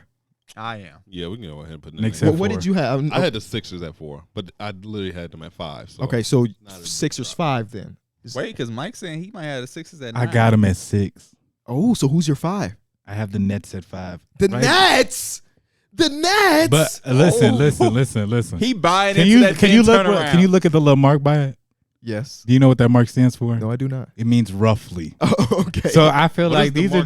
What mark represents roughly? It was a little. It's a little squiggly line. Oh, the thing that goes over and in mañana. Okay. You know. But for the Sixers, I had them like that little rough in it because I still don't know how to feel about James Harden. I said earlier, especially like is when this stuff was all going down, I still like the team with the additions like Pat Beverly and everything like that, and they can still win games. Yeah, they regular season they gonna have it, but I feel like something gonna happen with this James Harden stuff. I don't know. Something gonna happen with this James Harden. I had him stuff. at 4 too, just because I think Tyrese Maxey is gonna be really good this year. Listen, Nets fans, clip it, send it to me at the end of the season. I don't think the Nets are gonna be good. Oh, you tripping? I don't think they're gonna be good. I think they're gonna be unironically good. What's good to you then? So you think they're gonna be the 13th team? No, because I think they could be a play-in team. Okay. But him saying that they're gonna be potentially 5-ish feels wild. I don't have them at 5 either. Where do you have the Nets? You don't have a list. I don't have a list. But doing this, they would probably be like a 9. I have them at 9. Okay, that's good to me. I have the Nets at 6. I have them as a 6. I don't. When I look at the team, and I don't know, maybe I'm just projecting Atlanta Hawks, whatever. I think the Hawks have a better ceiling than the Nets. At 6. Oh, I have the Hawks at 9. Wow. So y'all got them flipped then. I got to flip. And I'm not saying you're wrong because they haven't done shit. So they got Trae Young. But what the Nets did last season, they were gifted a good record. After that, they were bad. Now, they had to put it together on the fly, right? They traded big pieces. I understand all that. Ben Simmons may be better. I understand all of that. But I look at their competition, and I'm like, this team just looks better. This team has a higher ceiling. The reason why I think that they could be a really good regular season team is just because defensively they have the versatility. I think they could be a team that's at the top of the league in forcing turnovers just because they got those long active defenders in the passing lanes. I think that they could be a team that could really be pushing the break and getting easy buckets. I think they could be a team that's very annoying to go against just because that long, lengthy. Okay, what about their offense? Because the offense can be pushing their the tempo offense and moving fast. I feel like they're gonna have like a middle of the pack offense. But their defense is gonna be good. But I think their defense is gonna be good. But I think when you talk about transition, I think they're gonna be one of the best. So is their lineup Ben Simmons, Dinwiddie, Bridges, Johnson, Claxton? Yeah, it's a good defensive team. Very good defensive team. I like this team, but I think they're going to be 9 versus 6. I like the Hawks better. I just don't think that because yesterday in the chat they were trying to shit on the Nets. Who? I was talking to Drew in the in the Twitter chat. He's talking about the Hornets gonna be sneaky good, but the Nets the Hornets. So I was like, nigga, are you smoking crack? I was not expecting him to say the Hornets. Like what? How can you say that the Nets ain't on shit, but the Hornets are sneaky good? Stop talking to me. Did one of them take like Brandon Miller's like they were super high on him or something like that? That'd be that type of stuff they be on. Stop talking to me. Why don't you say that? Stop talking to me. As you're a Broncos fan, leave me alone. Broncos country. That's right. That's right. I seen him post that picture. He was wearing that hat, looking sad as hell yesterday. Drew, it's all love, but damn, you're a Broncos fan. Stop talking to me. How do you become a Broncos fan? Because he wanted to meet ride. Who's he meet riding? Peyton Manning. Shout out to that boy, big Peyton Manning. Shout out to Peyton Manning. You meet ride. But anyway, shout out to my boy Drew. Pick a side. We love y'all. I got Nets at 9. I'm locked in. I'm locked in with Nets at 9. I can't have them. I feel more confident with them at 9 than them at 5 or 6. Man. Yeah. You mentioned that they should be able to get out. So y'all have them better than the Pacers and the Hawks. Yeah. Yes. Okay. So can I ask a question? What you say? You mentioned what? I just don't think their half-court offense is going to be good enough. And majority of basketball is half-court offense at the end of the day. I don't know. Where do y'all have the Pacers? I have the Pacers at the 8th seed. I have them 7th. I have them 7th as well. They're the team I have jumping up. We can work on it. Who did you have at 7? Miami Heat. Oh, hell no. Wait, what are we doing? That was just a lot just happened right there. We can jump all around. All right, let's go back to 5. Okay. Yeah, 5. Let's keep it going. Who do y'all have? Who you have at 5? I have the Knicks at 5. The Knicks already penciled The in. Knicks are penciled in at 4 right now. The Sixers fall perfectly. I feel good about 76ers at 5. Okay. At 6, I have the Atlanta Hawks and Trae Young. Wow, that's where I have the Brooklyn Nets. Baby. I have the Nets. So let's argue me and Pierre versus y'all in this Brooklyn Nets Atlanta Hawks. We already started the argument a little bit. Yeah, but it was Trae Young. Who y'all got on? Wait. Miami's still on the board too. I don't have them at no damn 6. They look down. Yeah. Okay. All right. And there's gonna be motherfuckers in the comments. Of course. How many times they gotta prove it to y'all? 1,000 times. The reason why they is where they at now is because they proved it to us. You would have had them at 9. I would have had. They might have been 12 without that proof. Right. That was another thing on the ESPN Top 100. Tyler Hero 79. I was like, that feels a little low. Maybe a little bit. Just a little. Vucevic was over him. Oh. That was my barometer. Is he gonna be better than Vucevic? Probably. I done took a piece of meat and now I'm bleeding off of my finger. Okay. People, this is not a very good audio episode. I think we're doing good, but like They'll live. they'll be all right. All right. Nah, let's now for the second half of the pod is all for y'all audio. All right, let's get it. Who do we have at 6? So me and you have the Nets and the Hawks. Atlanta. I can't believe we're having this argument. Atlanta bro. hasn't proved anything, but I have confidence in them. Well, this is my argument for them. Mm-hmm. Full year of Quinn Snyder. Mm-hmm. Finally got the John Collins cloud away from the team. Trae Young, enormous, the size of 5 Doritos chips on his shoulder. Most disrespected player this entire offseason, arguably. DeJounte Murray, bag secured. I think that they're ready. Yeah, I mean, and I trust more about what they do than the Nets.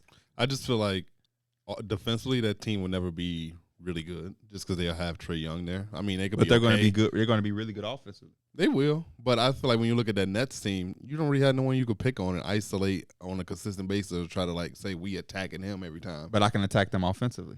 You can not You really. could just sag off Ben. Good. I could just sag off Ben. I mean, the reason I had the Nets there and I had the little roughly part next to him is just because I could feel like we just haven't really got the full grasp of them, and also you can't deny as much as I keep saying like depth too. I have to see it. And it has to like really be in fruition. Like I don't care about no couple preseason games. Like give me regular season. You really doing this? But if Ben Simmons is back somewhat 80% to 90% to when he was all-star level, they gonna be around that like top or they gonna be one of them higher. They can, seeds. yeah, they can be. That's why I would say speculation is more so on Mikal Bridges. Who exactly is Mikal Bridges? I've been feeling that same way too, because it's like I feel like he came up out of like he just came out of the blue, like in the second half of the season, scoring the ball wise, but. When he was playing with the USA and he's like doing a couple preseason games, it's like he really does like he can survive off pull-ups and all those type of jumpers. Because I don't know, I didn't know he had that in his game, but he's got the in-between game. He can knock down the shot. He can get to the rim. Is he can do he a go-to guy? I don't think he's a go-to guy, but I feel like we've seen these teams that really don't have no go-to guy, but they have a bunch of really good solid players. And that's the type of like vibes this team gives me. Yeah, I think they would have a more fluid offense than probably like. Mm-hmm. And sometimes it works better than like that. Obviously, you have all the pros that have that go-to guy. Yeah. But when you don't, sometimes it gives like it's just a different. You got that college. You have that college feel to it. It's just like it might be Ben Simmons or it might be Ben Simmons night. Now it's Mikal night. Cam Johnson, you got 25. That also hurts you in a tough conference like the East, where it's going to be a lot of nail biters. They played 27 games. I just looked it up. 27 games after Kevin Durant was traded. What was their record in that 27 games? Probably like 500. Derrick? It was like 2 games below 500. 3 games below. They were 12 and 15. Mm-hmm. But though I'm going against them in this argument, again, they were a thrown together team. Yes, they do have that.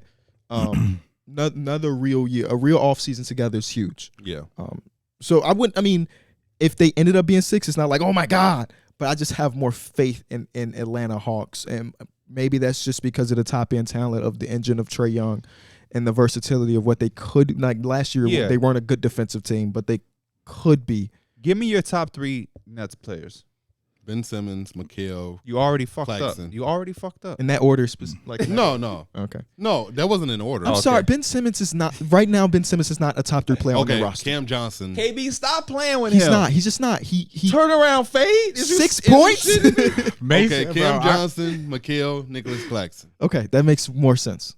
You could put Ben in top 3 if you want to. You want to, but it's gonna be bad for your argument. Bro, Macy, I put a highlight like that fade in the chat talking about there's no way there should be no highlight. Facts. That's facts. But that's what they was doing. He'll have an open layup to start the game. Immediately they put it on. He wasn't doing it last year, and we shitted on him. Now he's doing it, so praise him. I don't want to praise him. I was just like, okay. He's got to get to a point where if he scores 10 points in the game, it's not like all over Twitter. It won't be. People just happy because we haven't seen it in a while.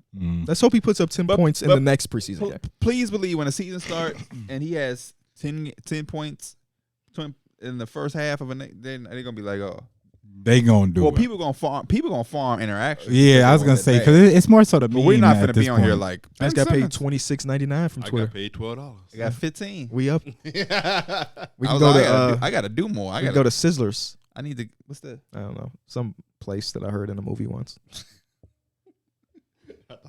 I got a rock. All right, so what we doing, man? Yeah. We could put the Hawks at 6. Is that where we're at? Or do we compromise? We don't have to put them there. We can compromise by sliding another team. You want to slide Miami at? No. He didn't finish the thought. Oh, my God. You never know. The Heat are healthy. They get a healthy year. I believe a that was the only season is that was good. What in my head when I was going about the Heat. They did fall for me. But they had battled a lot of injuries last season. Bro, they battled a lot. They lost the second most games of their rotation due to injury. Yeah, like that's real. I think that I always think that they're gonna be a better playoff team. Yeah. For sure, they're built for playoffs. Coach Spo that's where he gets his bag in, and Jimmy is more motivated. So I'm not Pacers. Pacers at 6. How does it sound to y'all? I got the Pacers at 7. So 6 is too high. It ain't that it's too high, but I just don't think that they'll be better than the Hawks, in my opinion. We could put Hawks at 6. All right, Hawks at 6. Let's get it. Atlanta. All right, 7. This is where I had the Miami Heat. This is where I had the Pacers. I had the Pacers right here. Okay. Pacers at 7. All right, Pacers at 7. Pacers I feel like they finna be a top 5 offense. They're gonna be real good, man. Miami 8. Miami 8 seems perfect. I had Miami at 8. Then Brooklyn 9. Brooklyn 9, and back to the original argument of Orlando versus Toronto. Who's in the play-in? Who's in the play-in and who's not? Who's in the play-in? Who's not? Oh yeah, this is why I had Toronto. That's where I had Orlando. I had Orlando making them play in at 10. I had them at 11, but Chicago, we agreed to put them at 11. So I'm not mad at putting Orlando at 10. I think they have. Who said something about didn't you say something about three-point shooting with the Raptors, Mike? I did. Well, why don't you have that with the Magic? The Magic were one of the worst. They were really bad too. Yeah. They were really bad. I'm just trying to figure out what y'all think the Magic are going to do better. I was saying like the way I was predicting is like it's not the way the Raptors season is going to go. That's not how they envision it to go. But I think if you look at like in perspective, the Magic having the type of season that the Toronto could have, that might be a really good season for them to end up with that like 35 or whatever plus wins. Toronto, I feel like they have a little bit more expectations because this is a team they have to go with. You know what I'm saying? It's not like they have a shot at a championship. That's what I'm saying. Their down year was 41 wins. That was their down year. I still just don't believe in them. They got to show. No, this is the second down year. Because remember the Tampa year. Oh, well, they didn't. They got Pascal had missed like the same game winner 3 games in a row. Yeah. That was a rough season, but they got Scotty Barnes out of it, so maybe a win. Yeah, I just think a full season of Markelle, Paolo, Franz, Wendell. That put the Magic at 10. The good thing about all of this is that literally it doesn't matter. It doesn't. The Magic at 10. You know.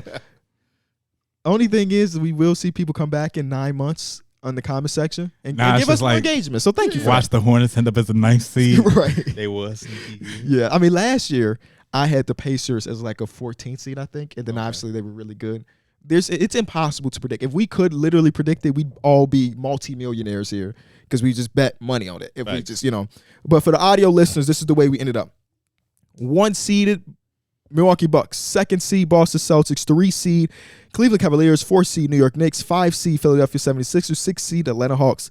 Play-in teams: 7 Indiana Pacers, 8 Miami Heat, 9 Brooklyn Nets, 10 Orlando Magic, 11 these are the people outside of the play-in, Chicago Bulls, Toronto Raptors at 12, Detroit Pistons at 13, 14 we have the Washington Wizards, and 15 we have the Charlotte Hornets. That is through the wires Eastern Conference standing predictions.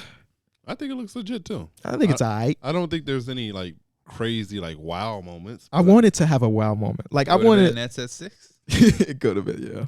I feel like I don't know. I wonder how the world would perceive the Nets at 6. Let's see what the over under is. Yeah. Let's see what the over under is. NBA over under Brooklyn Nets. Because I don't really see a world where it will be too shocking to see them at the 6th seed. Yeah, anything. Would you put money on them being above the play-in? Above the play-in? So that would be 5, 4, 6, Or would you feel more comfortable putting money on the play-in? Because that's what we just did, basically. Yeah, you're right. If I was a betting man, I would go. Are you a betting man? Are you a betting man? Sometimes. If I was a betting man, I'm putting it on the upside. I'm putting it on them probably you think that the odds are probably better. Yeah, I'm probably for them to make the plan. Okay. I don't hate that. Also, my phone crashed, so I can't tell you at the moment what the over-under is. Yeah, I know. I need to get a new one, bro. You remember last week I was showing you how hot my phone was? Yeah. I need to get a new phone, too. I actually have an old Yeah. phone. We're just at the age where we don't really care to line up as soon as a new iPhone drops. Yeah, not at all. Well, Darrick did. Oh, you got the new one? Yeah, that's because I had an old phone, so I just. That's the new one in your hand right now? Yeah. Me and you got our phones around the same time. Oh, I thought you had the new phone. No, I don't got the 15. I still have the same phone you got. Okay. I cannot find their over-under, bro. What the Hold on, I'm looking right now. Okay, please do. Let's see. He's a betting man. He is a betting man. NBA. Remember he was taking first basket? Oh wait. I got it. I got him, Derek. Don't worry. You got it. The Nets over-under is 36.5. According to Caesars, 37.5 according to FanDuel. What's the Raptors? The Raptors. Raptors. Right, 41.5. 36.5. Exactly. Oh, the okay. same. Exact same. So they got the Magic. The Orlando Magic, 36.5. So they have them all. They don't know what to pick either. Yeah, nobody knows anything.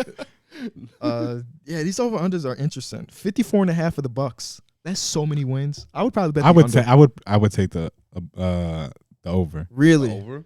I just feel like there's so many good teams. Didn't he win 55 last year? Probably. Celtics also 54.5. Y'all think most likely hit that over? They won 58 last Celtics year. or the Bucks? Oof. Celtics. You said they were both at 55? Yeah, 54.5. I don't know. What was the Celtics record last year? They both had over at 57 and 25 for the Celtics. So it's not a bet against them. It's a bet that the competition got better. Yeah. That they just lose a couple more games. Philly definitely has to be down. They had 54 last season. Philly's not even on the board because they don't want to put a number in. They don't know what happens with James Harden. That's funny. They said y'all. 24.5 is the worst. What team is that? You said 24? 24.5. The Charlotte Hornets. No. The Wizards. The Wizards. Oh, so they have the Charlotte Hornets being better than them. They got the Charlotte Hornets. Hold on, gang. Being secretly good. Hold on. No. I had to look past them. 31.5. So it's a lot more than the Wizards. So sneakingly good. That would have them as a fifth worst team in the entire association if they didn't hit. The Blazers 27.5. How you feel about that line, Derek? Get that lottery pick. Actually, do they have? I don't know. Isn't it still that pick thing with the Bulls? Doesn't that still translate over? It's top 10 protected. Okay. So as long as it's in Top the 10, lottery, they'll be all right. So if it goes to 11, it goes win-win. Yeah. Bulls 37.5, baby. We out here. 37.5? Mm-hmm.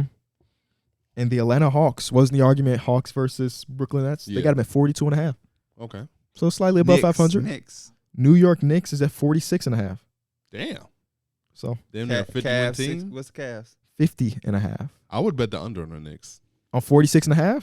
Yeah. Sheesh. Sherm, Smoker. Let me see. What's the line like though? How many wins did the Knicks have last year? Don't say no. I'm asking Derek. 43. No. 44. No. How much was it? 46? No. Then I don't know. 47. Oh. One game. That one game would have lost you your money. Yeah, it would have. Yeah. That's why I don't bet on lines like this, because it's one game. They decide that we're not playing our starters because we already secured the 3 seed, and now your money's poofed. Some good on it. And if you hit, you can be on vacation doing that. I'd rather just bet the money line on preseason games. Because if you hit, you can be on vacation doing that. What the hell is happening? That's what happened if you hit your bet.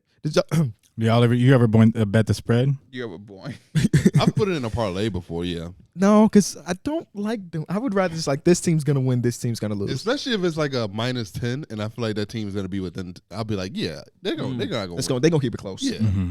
Especially in football, with like a field goal. Like the one game was that Sean McVay that kicked the field goal while down by 10, and the spread was like 7.5. Yeah. It's like, oh, I don't know if brother had some money on that game or not. But they had no business kicking that field goal. I wonder how much that plays into coaching. It's supposed to be 0. I know, but I feel like it probably does. Yeah. Betting in general has kind of messed up the sports viewing world. And unfortunately, we're all a part of it. Like me, I just took a betting sponsorship too. It's like that's how you have to live nowadays. Yeah. Especially in this, and if you want to make money in sports media, you have to. The betting companies are the people that give the money. Nobody else is giving money. Gambling is like one of the most profitable things, probably, because like they win regardless. Yeah, they're winning because the 1,000 people that won, 3,000 of them lost. Let's create our own. Definitely know they won off me. They definitely won off me. Definitely want to won off me. Our own sports book. What's the name of it? No, we just are bad with naming stuff, so we're not even gonna have a name. But all of our lines are ridiculous. Having a sports is just. It seems like it's just so competitive. Yeah, like it's hard to get up there with the FanDuel's draft. It's the top 2 guys. Yeah, and then everybody else. Yeah, we can call our shit the long line. The long line. What does that mean? What the dog doing? I like it with something to do with the line though. The silver lining. Through the lines. Outside the lines. Outside the lines. Outside the lines. ESPN, we like, give me that. Yeah. Yeah. We should. Starting lineups. Hey. It's just a whole 2-hour podcast of us brainstorming names of shit. Dollar lines. Just pay $1. What is this called? This is called Mount Rushmore, right? Yeah. Yeah. Damn. Bro, naming is so hard, bro. If you look at everything that I've ever produced, the name has been awful every time. It's so hard. And people get paid to be namers. Did y'all know that? Like a whole like multiple companies that their whole job is to come up with names. And believe it or not, a lot of majority of the companies that y'all know and love, their names did not come organically, but instead they went the route of hiring like people. Coca-Cola was not. I'm just made. No. Actually, I think you're right because I was looking at this other company. They change their name? I know a lot of like they'll have like some type of process where they'll go from like I don't know. I'm trying to think. It'll be like an example. It'll be like it used to be like Super Target or whatever, but it's just like now they go by Target. Like Common Sense. Yeah, his name is Common Sense. They yeah. No, but I swear a lot of stores have done that before. I'm trying to, because I was looking at the website of some brand or some company that does that. Like, that's their whole thing. And they had a list of all of the clients that they had. And I'm like, damn, they came up with that. And I don't want to say Coke was on there, but it might have been. It might have been. But yeah, because I can imagine Coke being Coke. And they was like, dog. But what's that? Coke is a whole other thing. Be Cola. Coca-Cola. Mm-hmm. I be thinking about like, some people have that luxury that they'll name something just after their name, but it sounds like perfectly fit for like a brand or something like that. Wire.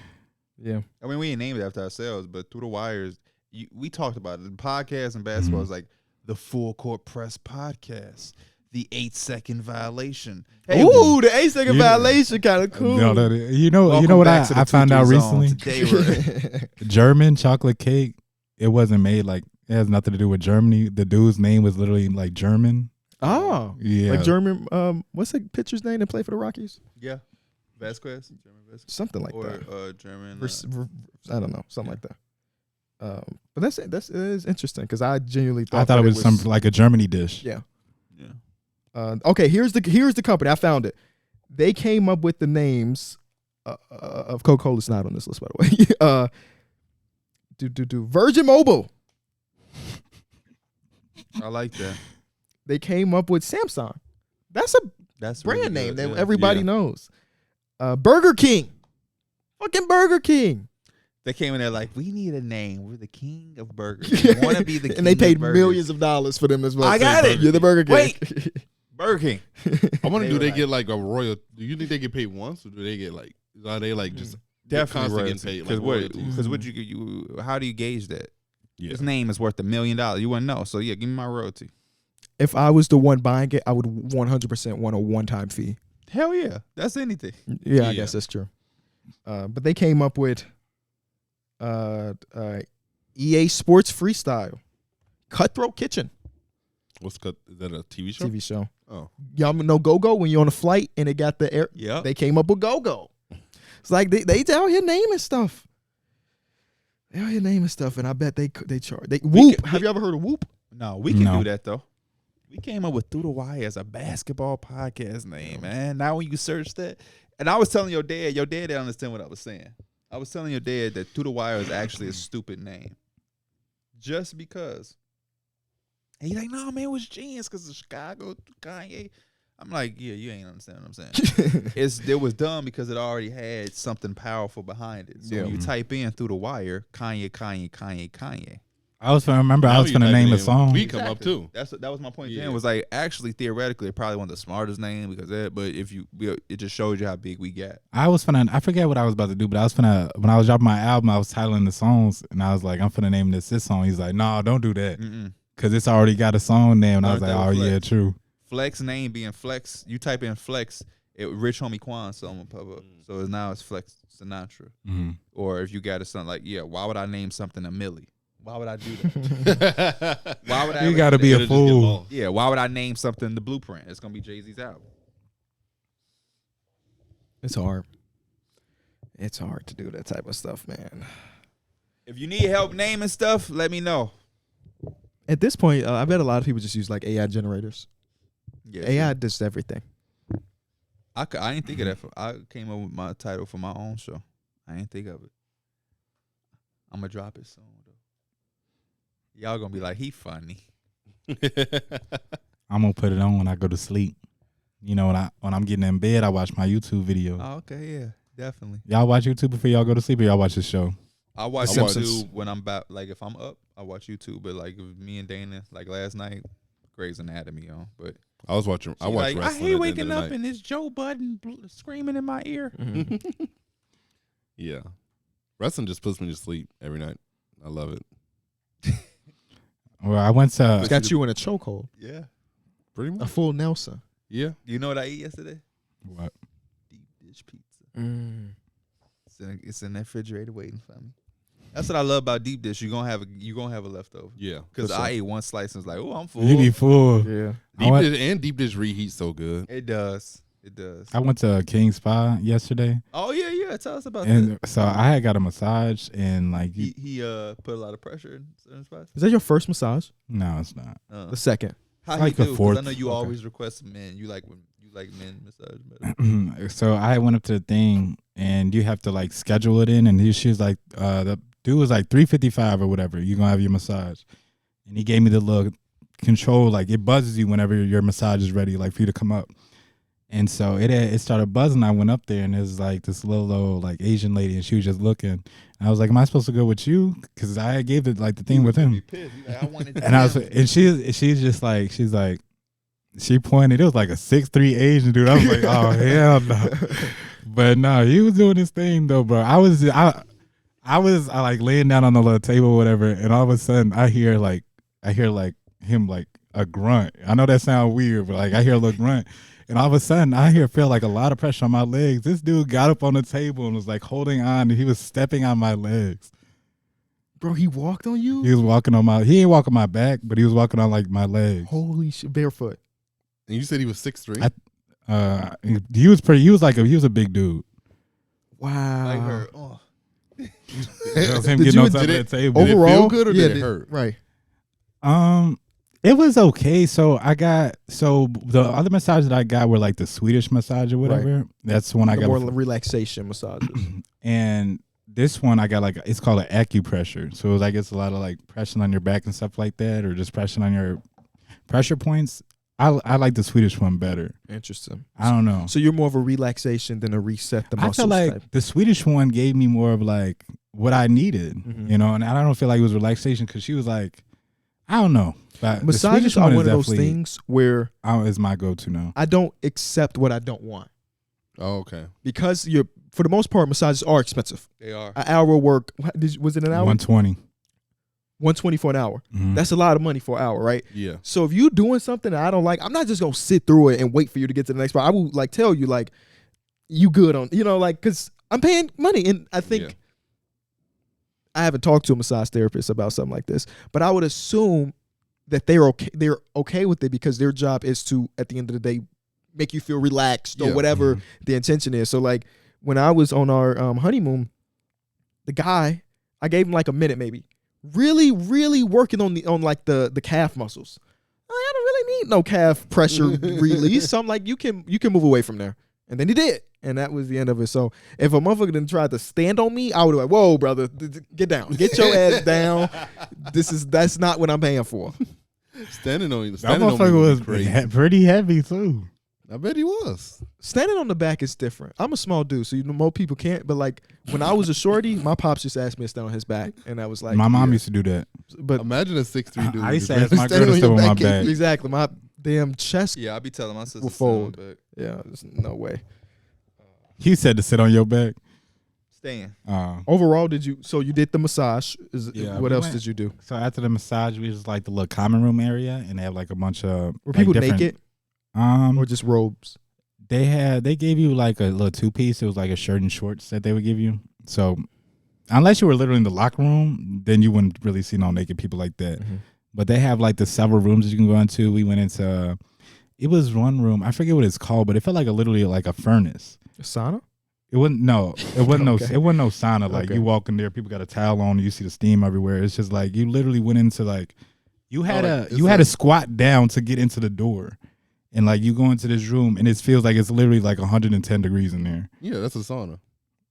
The steam room is one where you see all the steam. The sauna is like the dry heat.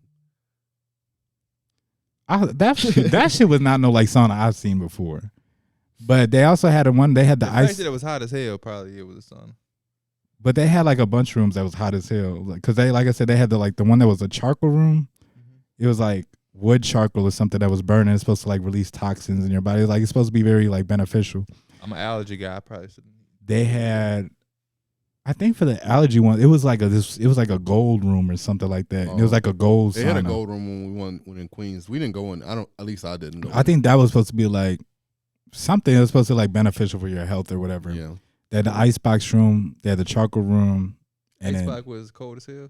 Yeah, it felt like it was a good like 40 in there. But you also just have like a shirt and shorts on, so I imagine you can get quite cold. Oh, so you wasn't naked? We were kind of like experiencing them. We weren't actually like we finna be here for 45 minutes in this icebox. No, I said you actually wasn't naked. No, I had some shorts and a shirt on. Cause you told me that they was like be aware of people. Yeah, because when you first walk in, like you have to take your shoes off. Like they have lockers for your shoes and then for your clothes. Kind of like the way you did. So yeah, you take your clothes off, you take your little shower, then they give you like the little shirt and shorts, and then you meet up with like you meet up in the common room where like everybody's at instead of it just being only guys. But it was nice. They have a little food court there too, but that shit was expensive as hell. Like it was like one meal was like $30. I'm like, nah, I'm good. Yeah, you ain't got it. Like, yeah, we know you ain't got it. Like, did your girl enjoy herself? She did. She had got like this full body scrub or whatever. And she was saying like they took her back and 6'3" dude did it. No, she said some Asian lady. So she said that basically like they got naked or whatever. And the masseuse was also naked. No, she's talking about everybody that was getting like the little body scrub. So I guess it was like when I went to get my massage, it was in a room by itself. Right. No, it was just me and dude. When she went to go get hers, she said like it was like 10, 15 tables lined up. Oh wow! And she said that like they were naked, but they said they put like not a mask or like some type of blindfold or whatever. Maybe a towel over their face so they can't just see everybody. Mm-hmm. But you just lay down on the table, and they said she basically like gave her a bath. Like they scrubbed her down and everything like that. Did y'all do any I would facials? like to do something like no. I've been wanting to get a facial for a long time. You was one of the few guys that got a facial when we went last time, right? No, I didn't. KB did. KB did. I did. Yeah, I did. Because Mike didn't come and get his. So KB. And know the funny thing about all of that? What? KB wouldn't shut up about his facial. He wouldn't. It was a good experience. Enjoyed myself. Was it a man that gave you the facial? No, it was a woman. Oh, okay. Yeah. You got a massage by a man? Yeah. You liked it? It was a good massage that I can remember. Yeah. I had like an older lady. She did her thing. She pulled out them rocks. The rocks are clutch. There's a spot nearest here that does like rock stuff. And it's just the first time I booked it, I didn't know I booked it. Oh. So imagine my surprise was fucking 100-degree coals on my back out of nowhere. I was not ready for that. But it ended up being good. I didn't know there's a place by my house that I go to, and I didn't know like that was a part of it either, but she just did it.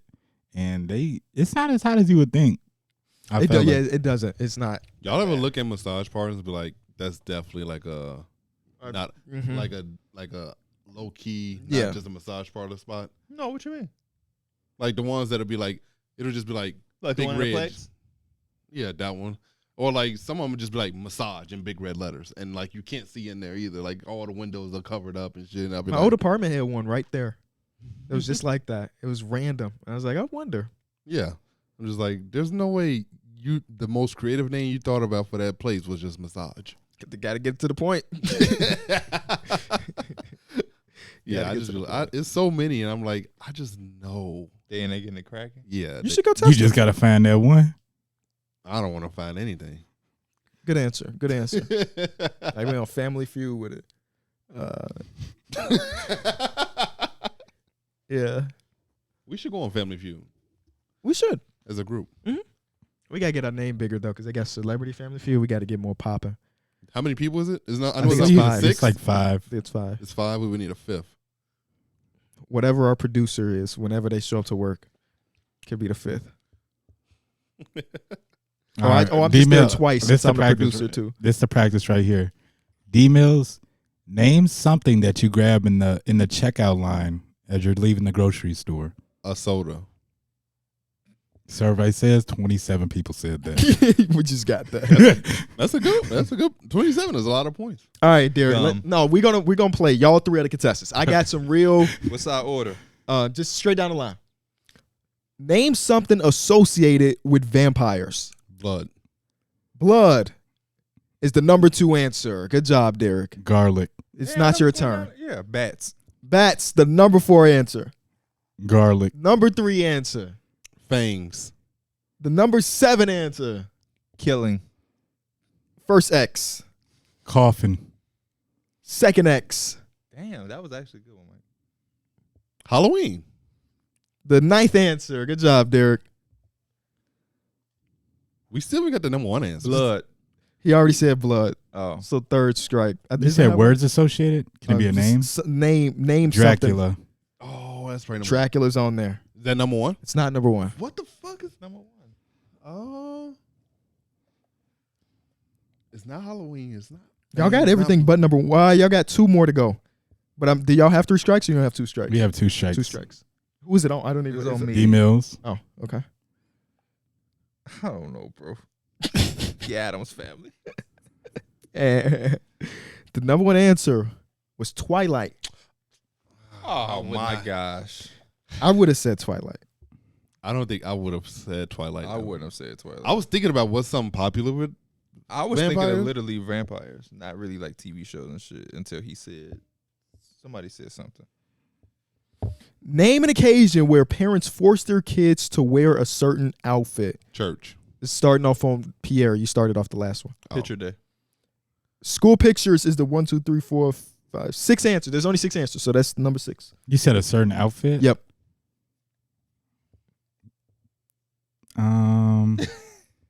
Church. Church is the number 4 answer. From now on, you get 5. From now on, you get 5 seconds. Halloween is the number 3 answer.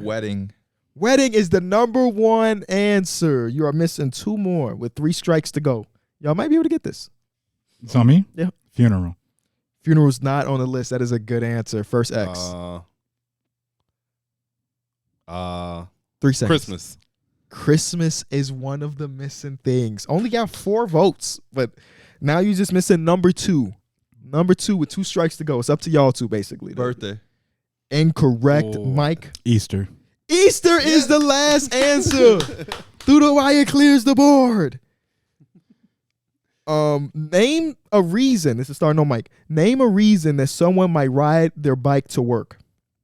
Car didn't start. Incorrect. Only 4 answers. Exercise is number 2. Don't have a car. Don't have a car is number 1. Don't have a car is number 1. Exercise is number 2.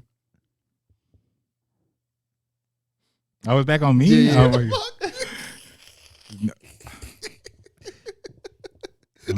Steve gonna be on your head. 1 second. They job's not too far away. This is hard. 3 seconds. 1 second. No gas money. Low on gas was number 3. I'm gonna count that. Traffic second, and Mike is on you. One answer. Do you want them over there? They gonna try to steal it if you don't get it right. 3 seconds. Brake pads. That's a question, Steve. Look at you like, is you serious right now? Flat tires, one for the environment. Oh, it was the last answer. That was when there's 4 of them, it'd be a little tough. You know who playing Fast Money? Me and you. Okay, should we do Fast Money? And that'll be it. Family Feud. Dang, Mike, you gonna let them take Fast Money away from you? But I'm gonna hear Darrick answers. Oh true. yeah. Yeah, that's a good point. Damn. Well, go. I'll step out. Okay. All right. And Darrick, just stay right outside the door, and Darrick will knock on the door. Well, I'm gonna be right here. Okay. I'm gonna take my phone. And Mike, can you remember his answers while I'm reading them? Yeah, just write them, put them in your notes. All right. Are you ready, Darrick? Oh, did I just break the episode? Nope. Are we still here? We are still here. It's still recording. Okay. How many?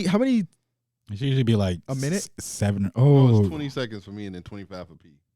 Damn, that's how small of a time it is. All right, I'm gonna set my timer on. All right, are you ready, Darrick? Yep. I'm gonna start the timer after the first question. Name an occasion bad drivers should avoid. Snow. Name something specific that people make reservations for. Restaurants. Name something that a woman never forgets about her fiance's marriage proposal. Vows. Name something that burglars check to see if a family is out of town. Driveway. Name something people do to corn. Grow it. All right. All right, let's see. Well, okay, the first question was name an occasion a bad driver should avoid. First answer was snow. Snow. Weather. I'm sorry. I misread the question. I'm going to give you one more question to cover that one up. It says occupation. Oh, what occupation? Yes, I'm going to give you a different. I'm going to give you give me a name that you would call your grandmother. Grandma. Okay.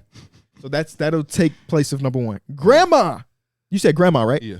Number 1 answer for 31 points. All right? Mm-hmm. Keeping track of that? Yep. Name something specific that people make reservations for. You said restaurant. Dinner, I would count as restaurant. Number 1 answer, 35 points. Name something that a woman would never forget about her fiance's marriage proposal. He said vows. That is a 0-pointer. I forgot about. You said proposal. I was just thinking wedding. Yeah. Name something that burglars check to see if a family is out of town. You said the driveway. That is a number 3 answer for 21 points. We'll wait for Pierre to hear the number one. Name something people do to corn. Grow it. Grow it? I just felt like that was such a funny answer. 0 points. Nobody grows corn. You said just people do the corn? People do the corn. So all those cornfields, just no one's They just it. pop up. It's aliens. All right, get Pierre. All right, wait, what? Tally up those numbers. And then he needs to get 200. Yeah. Go get him. I don't know how the theme song actually works. Okay, there we go. I was hearing right here. I heard y'all say, No, you good. No, you already heard it. He had 87 points. 87 points. these must be fucking tough. Well, your partner got you 87 points. You need 113 to complete the 200 cycle. Right? That's good math. Fast math. Quick math. Are you ready, Pierre? He now gets 25 seconds. He gets 25 I'm seconds. nervous, but I'm ready. All right. For each question? Total. Damn. For the 5 questions. The time starts. I felt like longer. Right. That's what I thought too. The time starts After you read. after I read the first question. Name something you call your grandmother. Nana. Name something specific that people make reservations for. Dinner. You already said that one. Flight. Name something a woman never forgets about her fiance's marriage proposal. Location. Name something that burglars check to see if a family is out of town. Lights off. Name something people do to corn. Cook it. Bing, bing, bing, bing. All right. With 5 seconds to spare. All right. Name something you call your grandma. You said? Nana. 0 points. Ooh. Nobody called you grandma. I called my grandma Nana. Yeah, I called grandma Nana. I had said grandma, which was the number one answer. That was the number one answer. What's the second? We say Granny? Nana. Mama, and Mimi. Mima? This some southern stuff. It's some stuff. We say Nana. I say Nana. Ari say Nani, which I think is Spanish for Nana. I thought people said, okay, all right. Shit, we off to a bad start, D-Mill. Well, he got 2 zeros, so don't worry about it. Oh, damn. Name something specific that people make reservations for. You hit it right here, P. What did he say? He said flight. I felt like that was a good one. Number 3 answer, 19 points. Number I 1 was one. dinner. Number 2 was a hotel. Reservation. Name something that a woman never forgets about her fiance's marriage proposal. This should be it. You said Location. location is the number 2 answer for 31 points. The number 1 answer, 31? 31 points. The Is number the 1 ring? answer is just how he asked. Oh. What was his answer? He got 0. He said put vowels. That's a wedding. I didn't. Oh, brother. Name something that burglars check to see if a family is out of town. He said Lights off. This is my fault because I didn't even wait for out of town. I just Well, thought it was gonna be gone. you got a better answer than Darrick does. The number 2 answer with 27 points. I got the number 3. He said no car in the driveway, which is another Is the joke. first one the window? The first one is mail. You see mail stack up Yeah. because somebody's not getting it. Yeah. How many And- points we got? Yeah, tell me the points we got because we need to get dramatic with We this about one. 130, right? Hold on, I got to do some mental math real quick. What did you say on the last one? Name something you do to corn. Cook it. Okay. We are at, he's 165. So he needs 35. 35 points for the next question. What name something people do to corn? Cook was the answer. That is the 4th highest answer for 6 points. Oh, What was your answer? snap. Pick it. I said grow it. Oh. Number 1 answer was pop. Oh, my Dave, God. you would have said pop, y'all would have won. 41 points on that one. If my nigga ain't give me 2 vows, Vowels was crazy. not the ring, location, time, date. Mike, do you want to try to do one fast money for 100 points and see if you can solo it? Let's do it. All right. Let me get my timer back out. Time starts after I read the first question. Name a type of business people call. Wait, what the fuck? Okay, name a type of business that people call where they're expected to get put on hold. The IRS. Name a company that might. Name a product that. I'm sorry, I just fuck the timer because you just blew my mind with that. Name a product that might be disposable.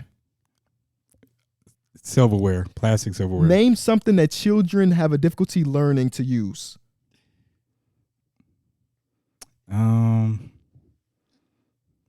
Okay, we need to add a timer then. Manners. Name a subject people know lots of trivia about. Movies. Name something you see in a mansion. A staircase. All right. Chandelier. Chandelier's the number one answer. Name some place you get put on hold. You said what? The IRS. The IRS.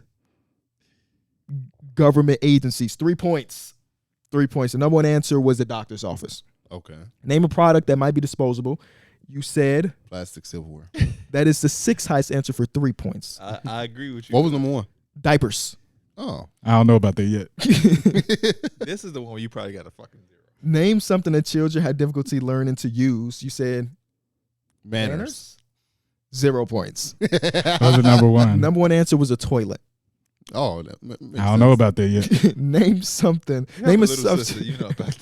Name a subject people know a lot of trivia about. Movies. This might be number one. You said movies, which is tied for the number one answer with sports. Oh. Name something you see in a mansion. You said a staircase. That is a third answer for 8 points. The number one was chandelier. So what you get, about 27? Yeah, it was awful. Let me do one by myself. Yeah, do you? I almost He had just 100. did one by yourself. I had 87. Oh, because he started it off. Yeah, so my first answers is wrong. Oh, my fault, gangster. Yeah, don't get shot. Don't get shot in your motherfucking jaw. Name an excuse teenagers give their parents for coming home late. He got to start the time. What you mean? I ain't getting no Yeah, time. we was starting the timer. Oh, I'm sorry. Name an excuse teenagers give a parent for coming home late. Say that one more time. Name an excuse teenagers give their parents for coming home late. No rap. Name something that comes in a spray bottle. Windex. Name a kind of singer. Hairspray. Singer. R&B singer. Name a country singer. Country singer. Name a kind of person on display at a wax museum. What the hell? Sports figure. Name something that has wooden legs. A table. All right. What was your first answer? An excuse a teenager gives. You said no ride, right? Yeah. That was the number 4 answer for 5 points. The number one answer was just car trouble. Name something that comes in a spray bottle. You said Hairspray. Hairspray is the number 2 answer. Cologne was number one. Number 1 answer was window cleaner. He should have stayed with the window. How many points is it? 2-point difference, so it's 35 to 37. So right 40. Now you got 40 points. Name a kind of singer. Country. He said R&B at first. He said R&B at first. I said country. Country's the number 1 answer at 38 points. I don't know if Steve allowed. He had to play. I don't think Steve was going to allow you to change Steve would have never had him give a guess. I felt comfortable taking my time because Mike answers let me text my mom. Tell me a kind of person on display at a wax museum. You said an athlete. 0 points. No athletes. Number 1 answer is performer. I've never been to a wax museum, so I don't know. I saw Carmelo faking, so that's why I said that. Name something that has wooden legs. You said a table. For 36 points, number 2 answer. I got 100 plus. You got 100 plus. Yes, you did. Look at you. I mean, I definitely would. Country singer. I'll try one by myself. Okay. Do you want a timer? Yeah. Okay. Of course. Of course. All right. You got to try one by yourself, KB. All right, bet. Name something people hide under their bed. Sex toys. Name something that makes people blink. That makes people blink? Yes. I'm sorry. Onions. Name a place where you see an antenna. Top of the house. Name a drink that tastes best when it's cold. Seltzer. Name something that siblings compete over. That who? Siblings compete over. Food. All right. Boy, it's just bro, you might have got a negative for the first time in history. Name something people hide under the bed. You said sex toys. Just walk in, KB and his brother fighting over the last piece of steak. 0 points on the sex toys. The number 1 answer was just money, like Mr. Krabs. Name something that makes people blink. Onions. 0 points. The number 1 answer was a bright light. Name a place where you see an antenna. On top of the house. 28 points. Number 2 answer. Number 1 answer was a roof of a car. Name a drink that tastes better when it's cold. Seltzer. Is seltzer have another word for it? What are you looking at? Or is seltzer just like sparkling water? Okay, like 0 points then. What was it? Beer was the liquor? number 1 answer. Oh. And name something that siblings compete over. You said food. 0 points again. You got 28 points. Number 1 answer was parents' That shit came from one question, basically. At that point. Where you finding these at? I just Googled. Oh, you could just slide up because I didn't look at Game 6 or anything after Game 5. And it has a thing that says fast money. Let me know when you're ready. All right, throw it at me. Wait, how do I read? Oh, name the most annoying thing other drivers do on the road. Not use their blinker. Okay. Name an appliance found in every home. A refrigerator. Name something that makes people blink. Bright light. That was lame. Hold up, let me do another one. Why would they put that in there? You ready? Yeah. Name an irritating sound that comes from a neighbor's house or apartment. Music. Tell me a cartoon character that always seems to get horribly beaten up. Oh, shit. Jerry. Tell me a food that contains the word cheese. Cheesecake. Name something you sniff before buying. Perfume. Cologne. Name something specific people hang on a Christmas tree. Ornament. Okay. That seems relatively straightforward. Right? Name an irritating sound that comes from a neighbor's house or apartment. What was your answer? Music. Number one answer for 46 points. Ooh, I'm already halfway down. Tell me a cartoon character that always seems to get horribly beaten up. Jerry from Tom and Jerry. 0. What? Damn. You know what? I thought that was a good one. You did it wrong. Tom is the one that gets beat up. He's the number. Jerry's a mouse. I didn't know Jerry was. Tom I is a always cat. thought that Jerry was the. Mm-mm. But that was the number one answer. You ain't never hear the old lady be like, The Thomas. number 2 Yeah, answer no, I says never. Tom, in parentheses, Tom and Jerry. What was number one? Sylvester. From what? The cat. The cat. Yeah. Ah, got you. Tell me a food. Damn. Tell me a food that contains the word cheese. Cheesecake. Cheesecake. The second answer, 16 points. Cheeseburger's number 1. Mac and cheese. Ah, Cheeseburger was yeah. number 3. Yeah, mac and cheese. Forgot about you. So you have 46 plus 16. Okay. Do the math for me. Name something you sniff before buying. Cologne, perfume. Number one answer, 48 points. Oh, it's wraps. I won. Name something specific people hang on a Christmas tree. Ornament. Number 6 answer, 3 points. That's only number 6. What was number one? Like a Balls. what? That's an ornament though. This says balls and ornaments is number 6. Yeah, so it can't be the same. That's just like when I said ride home and they were like, no, but car Yeah, balls. that's balls. Balls. You got 143. I'm Your- setting my your partner partner would've up been decent. now what did your partner come in and say? It would have been Darrick. He had Yeah. 20-some points.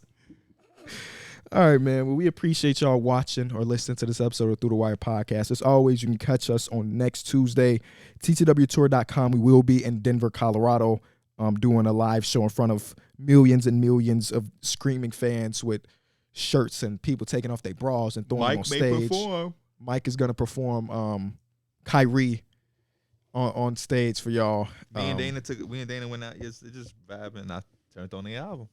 She was like, is this Kenny? And I'm like, yeah. Then she's like, is this Mike? Yeah. Tune in Tuesday, and we'll be back. Peace.